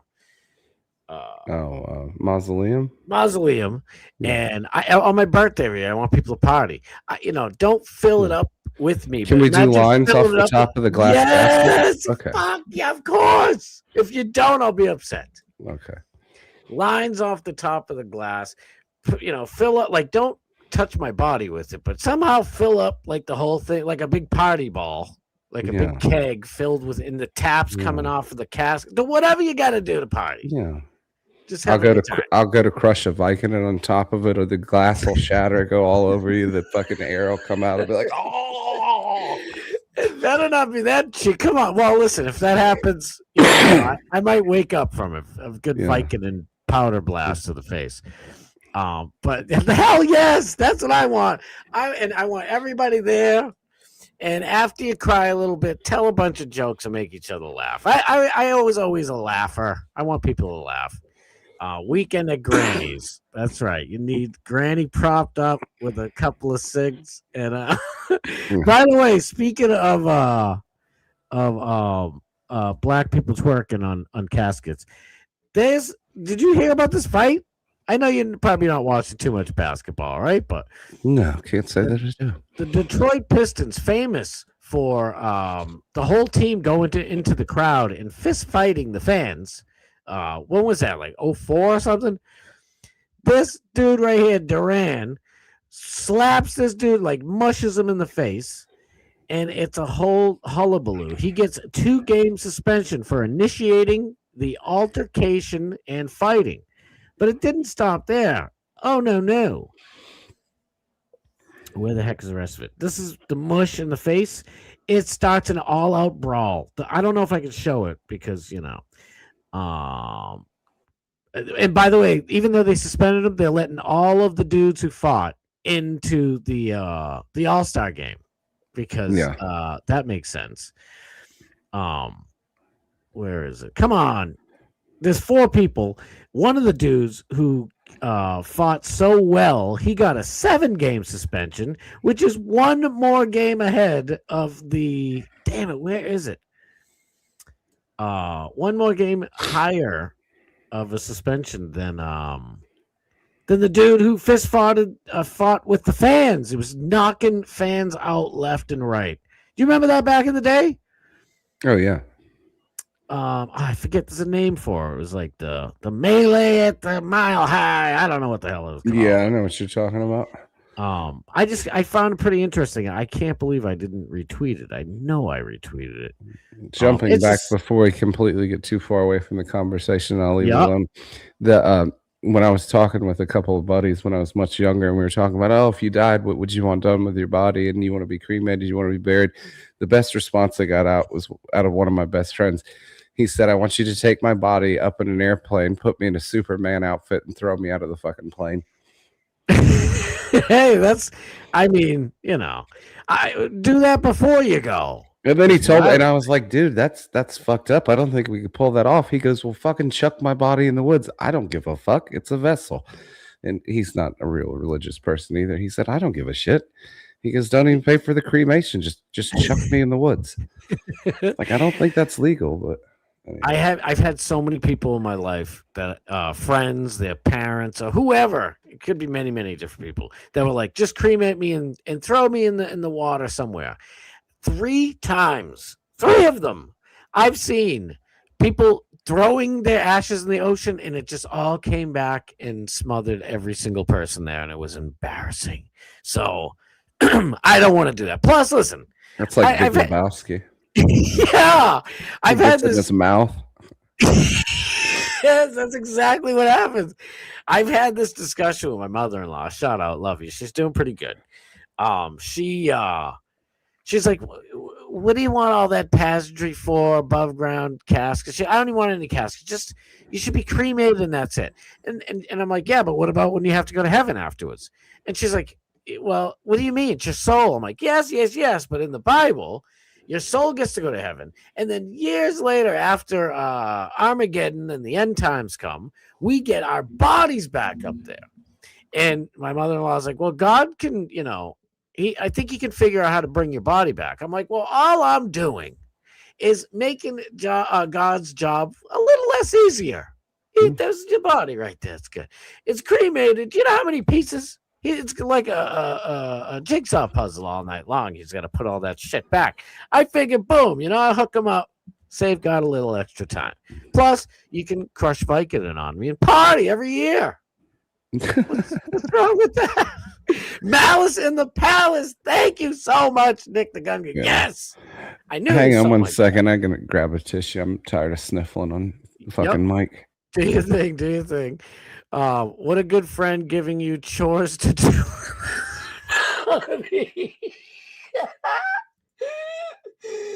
Holy shit. I got a ton of ashes to get rid of. I'm listening, yo. Oh my God. And write the yo on the urn. You got to do it. You'd be grossed out if you knew how many people had their ashes spread somewhere at Disneyland. Oh, you're like, oh shit, I dropped my fried dough. It's all right. It's like, oh my God, why do I taste fucking Jack Daniels and Newports? So it tastes like old Jack Daniels and Newports. Granny, what were you doing down there? It's so against policy, and you end up usually in a bag of a vacuum cleaner, but it's like, exactly. Like, at least when you go in the ocean, like, I don't know, your fish food, I don't know what happens. And I totally do. I know it's true, by the way. I'll tell you stories in another day about this stuff, but I know we have a soul inside of us. And I can scientifically prove that, by the way, as well. But I digress. Your soul goes to heaven after you pass, right? But like I said, your body stays here. After the rapture, or whatever the heck the end of the world is, after the end times, Judgment Day, God brings you, but let your body go up to heaven, and now you're chilling with NSYNC or whoever the hell it was. Everybody, yeah. Isn't that what that was at the end of the movie there with I don't know what the hell it was called. With you know what I'm talking about? It was like, this is the end. That's what it's called. With the black dude from The Office and the like sex offender guy that played the Green Goblin. My brain is toast. And Seth Rogen. By the way, while we wait for the fat pig, let me just say something. Seth Rogen is the most disgusting human being on this planet. I really think so. Yes, unless Jeffrey Epstein is still alive, living in Tel Aviv. I don't know. But other than him, Seth Rogen is so disgusting. I can't watch any of his movies without dingleberries and fun bags, men's fun bags and dingle hoo-has all over the place. He has to put dick and balls all over everything he does. It sucks. He just, for some God-known reason, they made him the head of the Muppets. He gets to take over the Muppets. Remember? Muppets, Kermit the Frog, all that shit. And they have dirty, nasty jokes in there.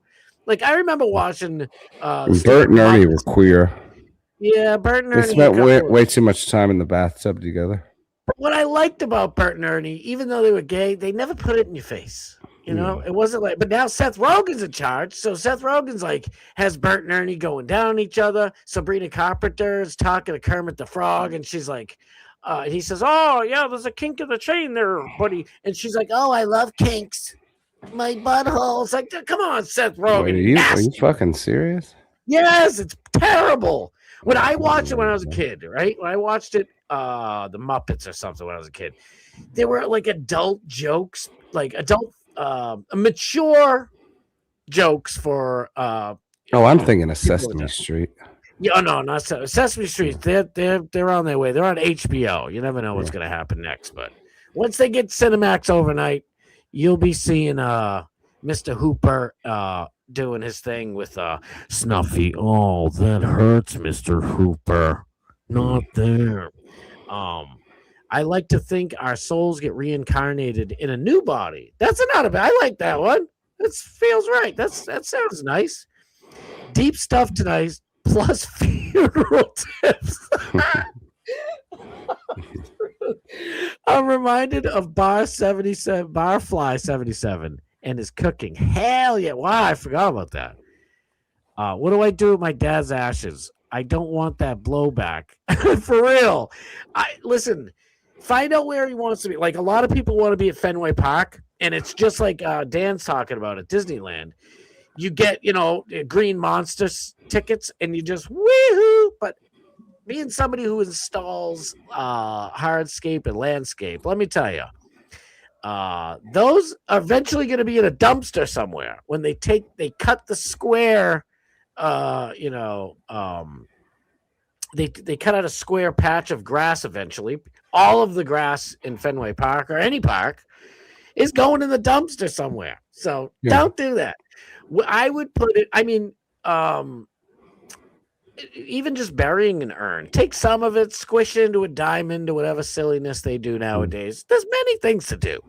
I don't mean silliness. It's actually pretty cool, but I'm just saying they do all unique, fancy things nowadays with ashes.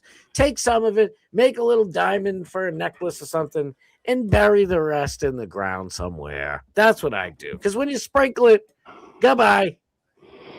See you later. Gone. Yeah, well, there's a lot of ashes too with an adult human being. It's a lot more than you would think. Yes. I know a friend, and her father died, and his grandson, he used to play football at University of Georgia, and so they call it between the hedges, the stadium, and they have the hedges that line the field. Yeah. He snuck in a pill bottle full of his grandfather's ashes, and he snuck up on the hedges and just dumped that in there. Oh, because you can't take like a whole fucking bag, Exactly. But it depends what type of hedges they are, because hedges of, they're hollies. They're thick as fuck. Oh, they're hollies. Those hollies might last 80, 90 years. That's not bad. I didn't know you were familiar with horticulture or landscape. Oh, very much so. Very much so. Now we have something in common. There you go. Especially if you have a female and a male holly right next to each other, so the berries, keep reproducing, and it keeps on great. They can actually live over 80 years if there's the perfect situation. So you get those needlepoint hollies, they grow fast as a motherfucker. Exactly. I like Japanese hollies. They're kind of the smaller things, but I don't know. And because hollies tend to get sooty mold all the time, at least up here in the Northeast, because of the humidity and other things, bugs and shit. But it's like hollies are beautiful. I love all types of horticultural stuff. Before we forget, go ahead. I just don't like how they can prick through cowhide gloves. It drives me fucking crazy. Dude, cleaning them up. Oh my god! I like rose is obviously the most beautiful of all the flowers and fauna, but dude, like I can't stand any plant that has thorns. I hate it. It's like, why, God? Why did you create this thing? Drives me crazy.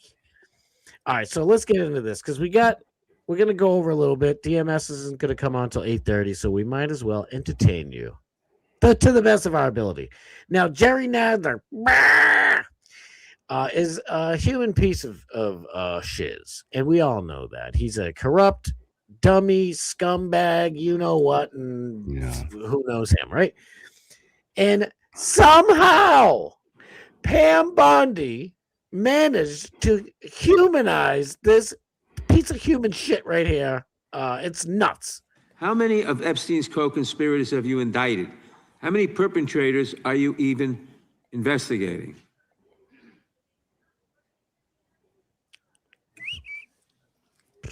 First, you showed it. I find it. How many have you indicted? Excuse me. I'm going to answer the question. Answer my question. No, I'm going to answer the question the way I want to answer the question. No, Your you're going to answer the theatrics are question the way I ridiculous. asked it. Chairman Jordan, I'm not going to get in the gutter with these people. How many?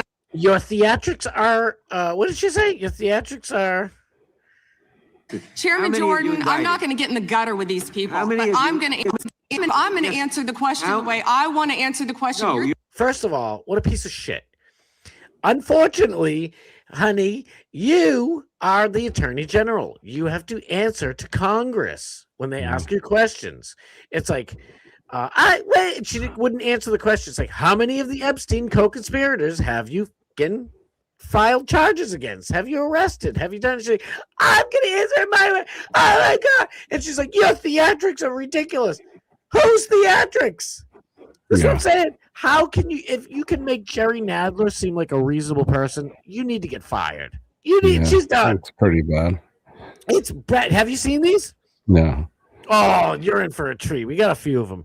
They're not too long. All of them are like 2 minutes or something like that. Watch the rest of this. She's a disaster. Theatrics are ridiculous. Chairman Jordan, I'm not going to get in the gutter with these people. I'm going to answer the question. How many have you indicted? Again, the time belongs to Reclaiming my time. The time belongs. I think it's very interesting. My time. I think it's very interesting. And you can that reclaim he your talks time. about they indicted. The president said they indicted him twice. Mr. Chairman, please stop the clock and restore his time. Okay. See, they're all too afraid. Jim Jordan is such a fucking coward. He's supposed to be our boy. Like I learned, a few years ago, Jim Jordan is not our friend. He's a piece of shit. I'm sorry. He's bought and sold. Like I don't care if he's friends with Pam Bondi and every other person. Be like, Miss Bondi, don't speak right now. We're talking about procedural things. Well, he used to have balls and be good before you started running the meetings. Yes. Now he just freezes up. And now he's like, I don't know. I always got I smile a lot. I'm always smiling. But if there's a serious moment, like stop your goofy smiling. I don't want to say hate. That's a strong word. I passionately dislike Jerry Nadler. He still is a member there and he has rights. And it's like, what are you doing, Jordan? Tell this bitch to shut her yapper. Because guess what? If you don't want to answer the question, he doesn't want to hear the rest of your answer. And what they do, and they've been doing for 250 years, is you get shut down, and then after Jerry Nadler waddles his mouth shut, you get to respond and say whatever you want. Well, and this is supposed to be a respectful event, and then they start fighting like a couple of drunks in a bar. Yes, screaming and yelling stupid shit at each other. But then again, I know I couldn't compose myself. I know. Like if I was the chairman or whatever with the gavel, I'd just start banging it and be like, "Would you two shut the fuck up?" Yes. Be like, bitch, you sitting there, you ain't sitting. Like that's why you need President Macho Dorito Camacho from Idiocracy up in there to be that was great. I'm the president, the fucking speaker of the house. This is my house. Be like, bitch, shut your mouth. Yeah, that was a good shit. Hells yeah. This shit isn't over, dude. This is almost halfway. It's ridiculous. Here we go with these theatrics. The time belongs to the gentleman from New York. You see what I mean? See, I kind of paused it a little too early. He's laughing. This shit has been going on all day, and he's laughing. There's nothing funny in this moment.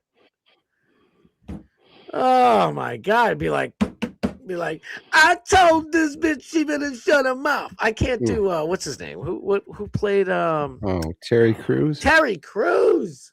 I love Terry Crews. He's like, watch me make my titties bounce.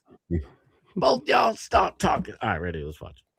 We will give you a few more seconds. We will do that. But when you ask a question, the witness gets to answer. You may not like the answer, but she gets to answer. The question was, how many of Epstein's... They don't like the answer. Oh my God. She sucks so bad. Look at Jerry Nadler's face. That was my expression. This bitch made me feel like Jerry Nadler for a minute. Just what is wrong with over her? fucking talking. It's like when you go on a show and there's too many people on the fucking panel and there's like 4 fucking conversations going. It just becomes annoying and I just drop out. I know. Absolutely. Sir, Chairman, my time. because it's honest. Reclaiming So my- he asked a reclaiming my 4-minute time. question. Restore 45 and seconds, I am Mr. Nadler, going please, to Mr. Chairman. Answer. You can let her filibuster all day long, but not on our watch. Reclaiming- Not on our time. No way. Reclaiming- And I told you about that, Attorney General, before you started. You don't tell me. Yeah, I anything, did tell you because we washed saw up what you did in the loser Senate. Lawyer, not even a lawyer. Committee will be in order.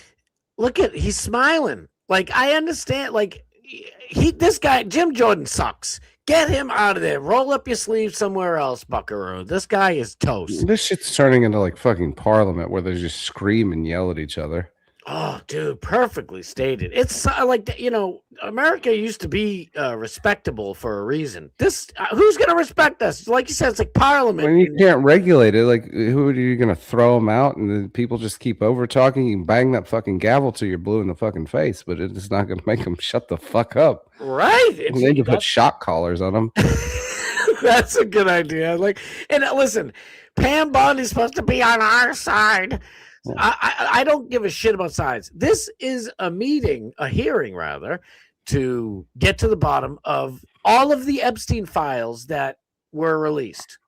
So Jim Jordan smiling. No, it's so funny. She's not answering questions, and she's the main person.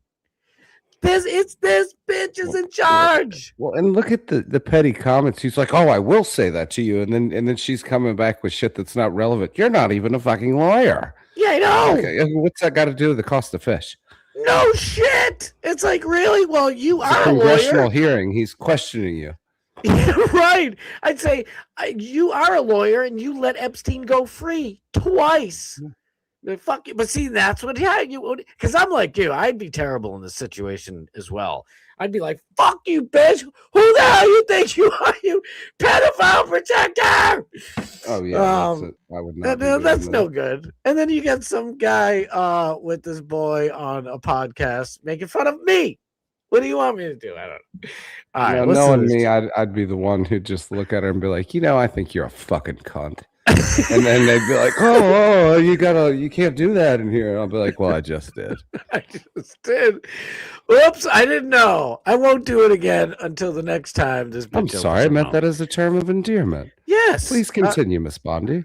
I have Australian relatives, blood in me, my ancestors. It's a the kind Aborigines, word. the spear chuckers. I actually know an Australian guy that I go on panel with, and he's like, oh, the spear chuckers. And he's talking about Aborigines people.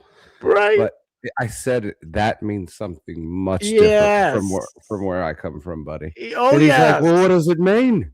And I was like, I'm not going to say that. You ever watch the NBA, sir? Yeah. All right, we better play this before my show's gone. Hold on. I should get back at least 45 seconds. We will give you a few more seconds. I said that already. 45 seconds. Okay, I'm timing right now, Mr. Nadler. Go. All right. My time. The answer to my question, how many of Epstein's co-conspirators has she indicted, is 0. You have been the Attorney General for a whole year, and your DOJ fired the lead prosecutor of this case, sat on evidence this entire time, and claimed falsely last July that there were no more leads. It took an act of Congress for you to finally release part of the Epstein files, and when you did, you included personal information about the victims while protecting the names of abusers. Time of the gentleman None has of the perpetrators have expired. been brought to justice, but enormous resources Time of the dedicated to gentleman has pursuing Trump's expired. I'm looking at it right now, Mr. Jordan. You promised him 45 more seconds. It hasn't even been 20 seconds. And he's already, it's a fucking absolute shit show. But that, my friend, is nothing compared to Pam Bondi later. Now, this is the main one, and I know it was bothering people, but I just want I'm not going to play this one, but I want you all to see this child in the corner. I know it's disgusting and it's horrible. It really is.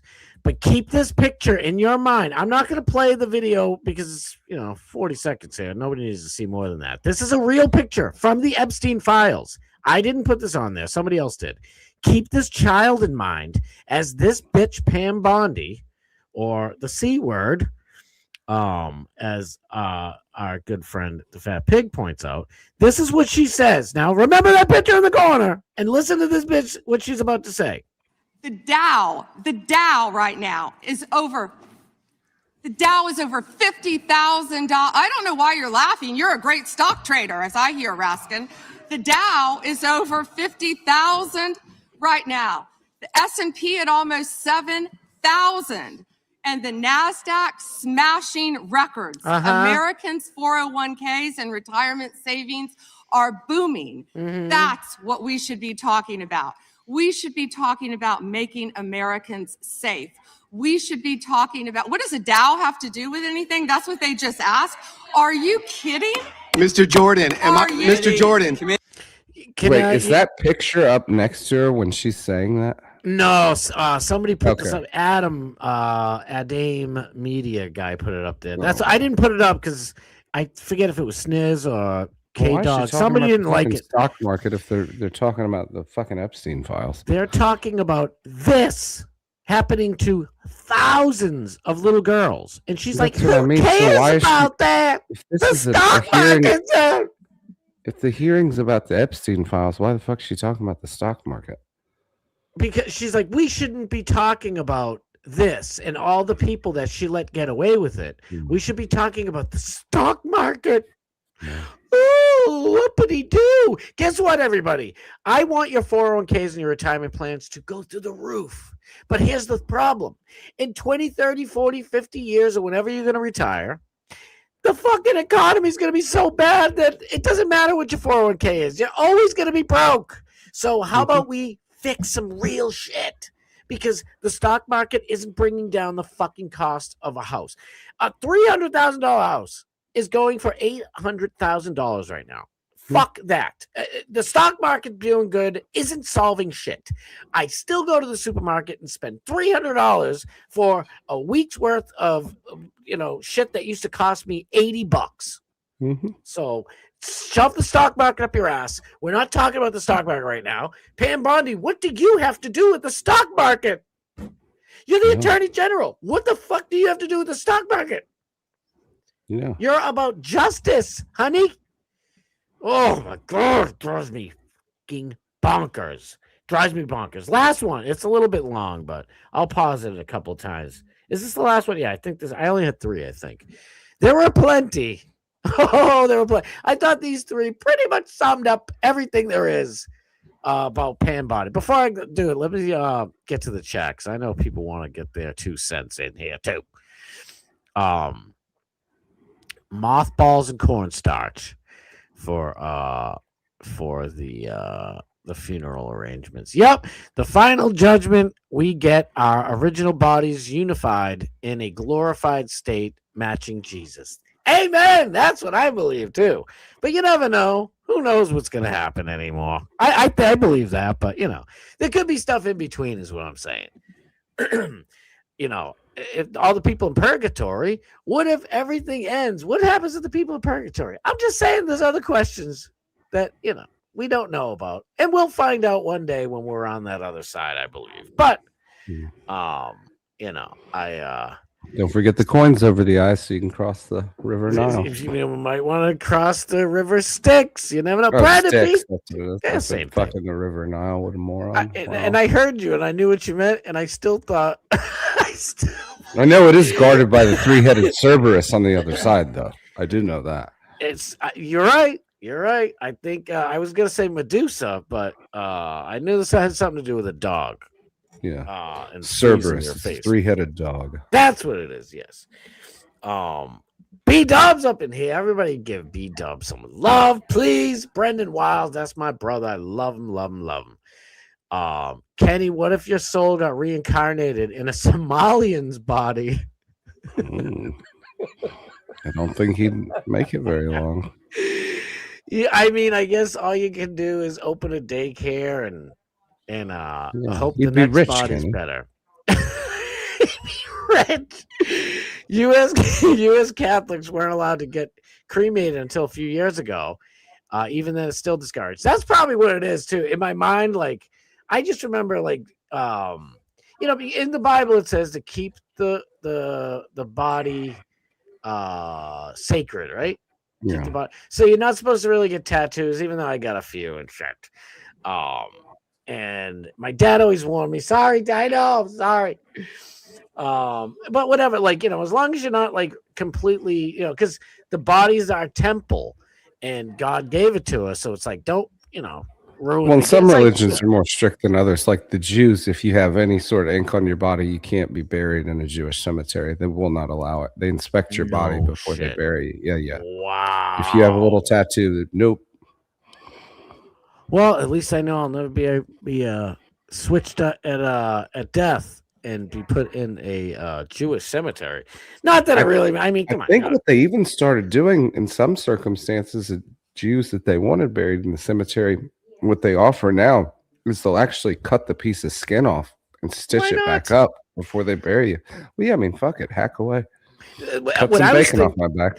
Right. What I'm thinking is when when the rapture comes and I'm taken up, just hopefully God rips the ink out and lets the rest of my body go. That's my punishment. I shouldn't have got him, I guess.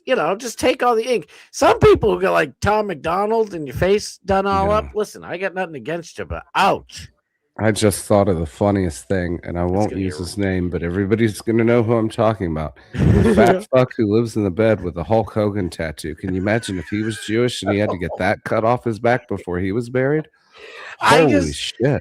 I hope God is funny enough to play Hulk Hogan's theme song. Bury me with my puss jugs. Oh. When the curve crashing down and rips the skin. Ow! He ain't going up anyways. You and I both know. Oh, yeah. He's what you call a false prophet. He'll be snug as a bug with that tattoo for all time's sake. He ain't getting that ripped off so he can float upwards. Bondi is a terrible actress and a clown, just like the rest of Congress. Amen. Truth is unbreakable. They're all compromised. It sucks so bad. Nadler wishes he got to go to the island. Listen, Lolita Express can only take so much weight, Mr. Nadler. And that his fupa alone will tip the little Cessna plane over. Fupa will tip the scales of justice. There you go. Mrs. Bondi, my fupa is tingling. I know something. I always listen to my fupa. Something's telling me you're not telling us the truth. She could poke out your eye if she misses a kiss. Oh, yeah. Yeah. Either with her nose or them daggers she calls fake eyelashes. Clown Congress is fired. You're fired. I can't do Trump's fired anymore. What's wrong with me? Can we have another government? Check that, please. Yo, you're fired. You fired. They tell me you're fired. I can't do it. I'm gonna have to listen to him. That was a good show back in the day. It was great. I loved it. I know. Can we get another government shutdown, please? Well, here's the thing, though. They're trying to pass the SAVE Act, which, for some reason, I guess it's not a law that all federal elections have to be only American citizens can vote in federal elections. And that's not a law. I don't know why they have to do the SAVE Act, but we're trying to get it done. Yeah. And before we get to this, let me switch over since we're talking about SAVE real quick. I was pissed at Thomas Massey earlier because I saw lies all over X. Where are the laws? We'll see you talking about that, like with the having an ID to vote and everything. Yeah. As a citizen of this country, my parents were citizens of this country. Their parents were citizens. Many generations have been in this country. Yes, we were immigrants a long time ago. Yeah. So, I'm an American. So why is it that when I have to get a new driver's license and you got to do the True Safe thing where they put the star in the corner? Yep. I have to present a social security card. I have to present bills, proof of address. I even had to pull a fucking credit report to get my new fucking driver's license, to get that little stamp on there. Okay, so if I have to do that, then you can get a fucking ID. at the DMV. It doesn't even have to be a driver's license, and you can go fucking vote. Fuck that shit. If I gotta jump through that many fucking hoops, and I've been here, my family's been here for a couple 100 years. Right. Fuck you. Yeah, no shit. I have ancestors that literally came on the Nina the Pinta the Santa Maria. I don't know which one. It's like, and then I go to the and so of course my child has the same genetics, and she's going to get her permit a couple of weeks ago, and I'm like, and they're like, do you want a real ID or do you want just a regular state driver's license? And we're like, and I'm like, what's the difference? What do I need a real ID? What do you mean? It is a real ID. Oh, a real ID says that you can travel across. Yeah, to get on an airplane, you got to have one of those. You fuck yourself. In the fucking U.S. Constitution, it says that I and every other citizen in this country has the right to freely travel wherever we want inside of the country that we live in. That shit started with the Patriot Act after 9/11. Yeah, I know. Dude, that's why I am so pissed at Trump for so many reasons. If I was president, the very first thing I would do, I'd say, break out the paper, boys. I'm signing that the Patriot Act is over. Palantir is not allowed to ever monitor anyone inside of the U.S. And it's crazy because, and I get it, a lot of people are like, well, we got to keep, the terrorists. We got to make sure we know who they are. Well, stop letting them in because that's bullshit. You can't spy on the American people. And it's like, oh, we got to know who the terrorists are. So you're going to you're going to monitor and store my text messages between me and my mother, or me and Nick the gun guy, or me and the fat pig. No, none of us are like, it's just bullshit. It's a fucking ruse. It's fake.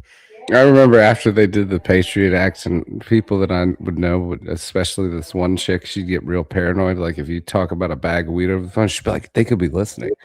And I'm like, nobody cares about a fucking quarter ounce of weed. Shut the fuck up.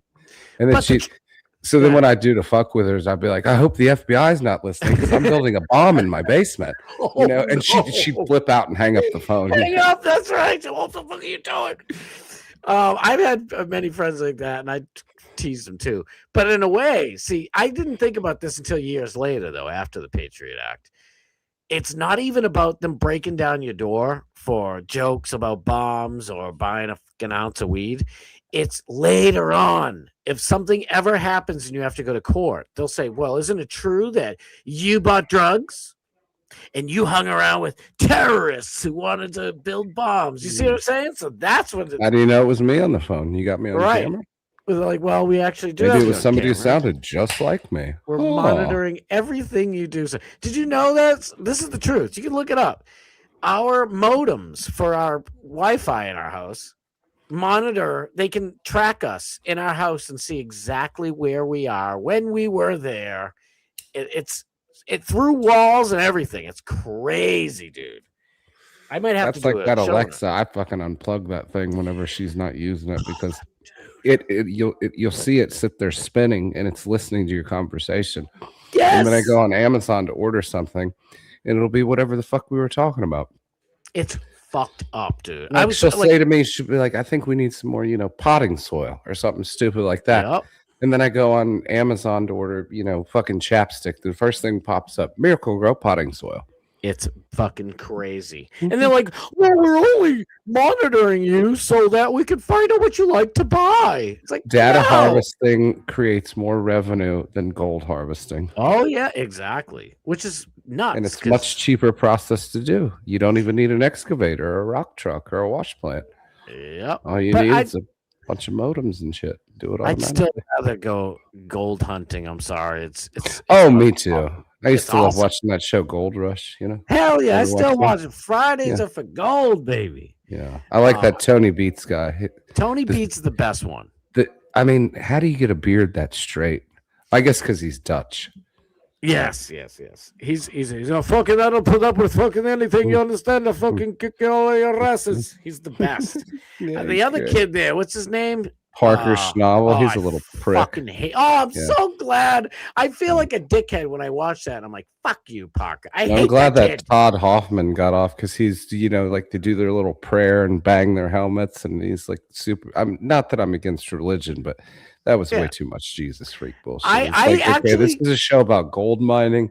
Right. This is not a religious program. I actually agree with you about that. It was just like, dude, okay. It felt like he was just trying to show off at that point that he's for God. Like this it's a fine line there. But I always felt bad for him because the poor prick never found any gold. Well, he quit the show because he was going to pursue his country music career. Yeah. Oh boy. I think that worked out real well. Then I think real he came well. back. No, but the other thing, it's like, you can tell when a person's really religious or not. But when you sit there and you pray with your father and say, Lord, please bless us with all the gold in the ground and make us rich and all that, that's not what you're supposed to pray about. Right. You're supposed to pray about health and family and wholesomeness, not, dear Lord, make me a fucking millionaire. Yeah, make sure my excavator doesn't break down today. And I blow a hydraulic line. I mean, get the fuck out of here. It's ridiculous. I mean, what you should, if you're going to pray to God for that, you should be like, thank you for giving us another day on this earth. Please make, hopefully nobody gets hurt today on this dig site. We pray to you, Lord. Thank you. Amen. That's Thank you for blessing us with the opportunity to be able to come to Alaska and do that. Right. It's like, please, Lord, let me beat Parker Schnabel and Tony Beats. And please, Lord, let me get 100 ounces this week. And if you could throw some nuggets in, that would be great. All right, let's clap our hard hats together. It's so true. Yeah. Sorry, I didn't mean to go down that road. No, it's great. I love it. Dan Man says, how about software engineers out of jobs because of offshoring and AI? I don't care about the Dow when we have pedos running around free and we're all out of work. Exactly. Pam Bondi is out of her ever-loving mind trying to freaking... what did I do? Oh, was it Kenny? You didn't want to see that picture? I forget. In the meantime, my governor, mein Führer, Newscom, wants to charge me per mile. Did you hear about that? I was going to do that story too, but wants to drive per mile that I drive in addition to the highest gas prices in the nation, making the cost of all the goods way too high. How the fuck are you going to track that? Here's you know how? You have to stick that little thing. When you go to AutoZone or whatever and you do the freebie deal to check your engine. Oh, God. So like when they do your emissions, they're going to mark your mileage? That's what they're doing. Wow, that's some commie shit. It's super commie shit. So California, I don't know if you know this about Valero. You have Valeros down there in Georgia? No, we have them in adjacent state. Well, we might have some in like the southern part of the state, but no, they're definitely in adjacent states. But yeah, no, I know Valero. They're all over the place up here in New England now, right? So, and it used to be the Jets there, the New York Jets. They bought those people. The people who own the Jets, Hess used to be Hess. Oh yeah. And they bought all of the Hesses and a bunch of other things, and so they're one of the only people actually refining oil in California. So the Democrats have made it so insanely expensive and ridiculous. All the steps, they're like, oh, well, you have to refine it 15 times and you can only use sand from this area and you can't use sand from that area, and you have to bring in your own water. You can't use any water from the state of California. I don't know if this is exactly, but you get my drift. Yeah. And so they said, you know what? In the contract, if they leave and stop refining, it's $1 billion fine. And they said, you know what? Here's the $1 billion. We're getting the F out of here. So they left. They're leaving. They're right now packing up all their shit and leaving California. And there's no companies refining oil now. So they already tax people. So the national rate of gas right now, the national average is $2.68 or something like that, right? Yeah. So California pays like almost $5 a gallon because they tax it like an extra almost $3 per gallon. Well, what do you think happens when the only oil refinery place leaves? It's going through the roof. It's going to be $8, maybe $10 a gallon. in California. Yeah, So it's all gonna have to be trucked in. that's no. Well, yes, but here's the thing. So since they're doing that, and Valero left, they said, "Where are we going to get the money from the taxes from all the gas that we tax?" So they said, "Well, we'll just tax per mile on electric cars." That's where they're going to make on electric cars. Yeah, and guess where? Since all these dumb lefties for the last 30 years got their way and got rid of all the nuclear power plants, where do you think the power comes from to fill up your little electric car? But wait, I thought they wanted you to drive an electric car because they're against emissions and all that shit. So this is counterproductive to the point. Amen. I heard. I was watching Gutfeld earlier on the 5, and he said something. I'm not going to steal his material, but he said, "Not all Democrats are socialists, but all socialists are Democrats." That's absolutely the best way. That's right. It's $3 in Tampa Bay right now. How? How the hell is it $3 a gallon in Tampa Bay right now? It's not even That's that outrageous. expensive here. We are a hub, though. It's like $2.75, I think, right now in Massachusetts. But we get Russian oil. Don't tell anybody I said that because Russia, bad Vladimir, no good. But we get it all the time. Masaryk or whatever the heck the name of it is, they're sending us oil all the time. It's pretty cheap. Don't let Mara Healy and everybody else in Massachusetts know that we don't have, we still have ridiculous gas taxes, but it's still cheap. But we're getting it direct. Yeah. So I don't understand. It should be probably 95 cents a gallon right now. Really. The most I've paid in the last year was $2.65, but it's usually, it's gone down to almost under $2 at one point down here. Yes. Yeah. But we're a major shipping hub and a distribution center in Atlanta. Everything comes here to be redistributed. So. Yes, you are. Yep. Nick the Gunga Boy says it's $2.57 in Clearwater right now. It sounds perfect. That sounds about right. Oh, look at Dan's right in the heart of it all in LA. It's almost $6 per gallon down the street from my house. I couldn't live like that. I honest to God, I couldn't. When it was over $5 for Obama there for about 8 months, companies were closing down. Jobs were going away because they couldn't afford anymore to pay for the shit because, I was working for a company that had a huge, all their trucks were massive.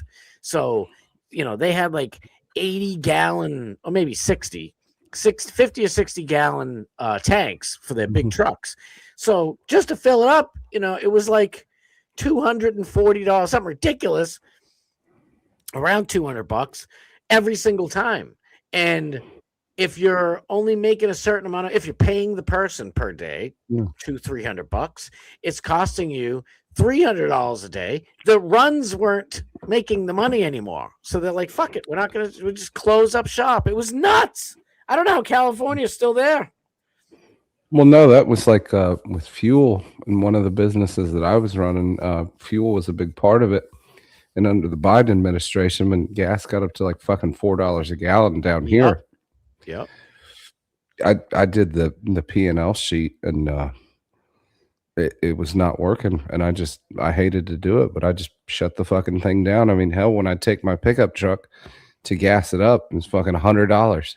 Yeah. To put the cheapest gas in your truck. And that's going to a racetrack or a Quick Trip where they sell the cheapest gas. Yep. Yep. And that's going to last you, 2 days? Exactly. Maybe 3. Yeah, it's ridiculous, especially in a truck. God knows. But look at this real quick. So they asked all the Epstein victims or whatever. I don't know why this guy's got his hand up. Did he get his booty smashed? I thought it was all women. Anyways, they asked Pam Bondi right in front of all these chicks. They're like, do you feel represented by Miss Bondi? And they said, if you don't feel represented by Miss Bondi, raise your hand, something like that. She doesn't even look at him. She looks down. What a fucking bitch. Now, yeah, it's a stunt. But guess what? They couldn't do that stunt if you were doing your effing job, right? Right? If her job was being done, they couldn't do it. So everybody's been shitting on Massey today. They started a big rumor, and these are people in politics who know better. And of course, they give it to all the influencers who don't either do know better and don't care or don't know shit. And Tom Massey, as I was pissed, I'm like, fuck Tom Massey voting against the freaking SAVE Act. And he's like, there's a false rumor that I voted against the SAVE Act of America today. I'll vote for it when it comes to the floor. So there you go. He said he's going to vote for it. Unlike Lisa Murkowski and all these other people, nobody's bashing them enough. I voted against a rule that allows it to get a vote. But the rule also suspends House rules and allows spending bills to come on the floor with no 24 hours notice. Remember a few years ago when we were like, pass a law so they can't just throw these ridiculous bills out. They have to read them first. Remember that? Because like the Obamacare was like 7,245 million pages long. And they were like, we'll see what's in it after we vote for it. So all of us, Tea Party, conservative, right wing, whatever, we're like, no, fuck that. You got to read it. There's in this thing, they was tricking it. They were like, no, we can just throw shit again back into the mix. That's what Thomas Massey voted for. You know, sometimes I worry if this guy is who he says he is. But after he explained it, you know, provides this is what he voted against. This one thing, not against the other shit. See, this is what these assholes do, and they all do it, and they throw a bunch of crap into the mix. Yeah. And he caught it. We need single bill legislation. We don't need a stack of paperwork. Just do one fucking bill at a time. Oh my God, yes. It's so simple, and they know it, and they just don't want to do it. I know we didn't do this whole thing. Let me do this. It's only 30 seconds. We gotta go. We got like less than a minute, but respond, and then the gentleman can move to his next question. It's my time. Within 40 minutes, you asked me a question. Within 40 minutes, Wexner's name was added back. Within 40 minutes of me catching you red-handed. Red-handed. There was one redaction out of he's over listed as a co-conspirator.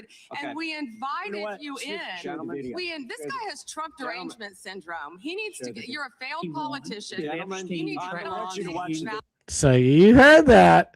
He's a failed boss. You have Trump derangement syndrome. Bitch, nobody cares. We want you. So what he was mad about, what the whole thing was, is what is his name? Lex Wexner, whatever the hell his name is. Oh, Les Wexner. Les Wexner was literally, there were 3 co-conspirators on the chart behind him, and they redacted his all 3 names. Right there, 3 co-conspirators. They are just doing just fine. Nobody arrested them.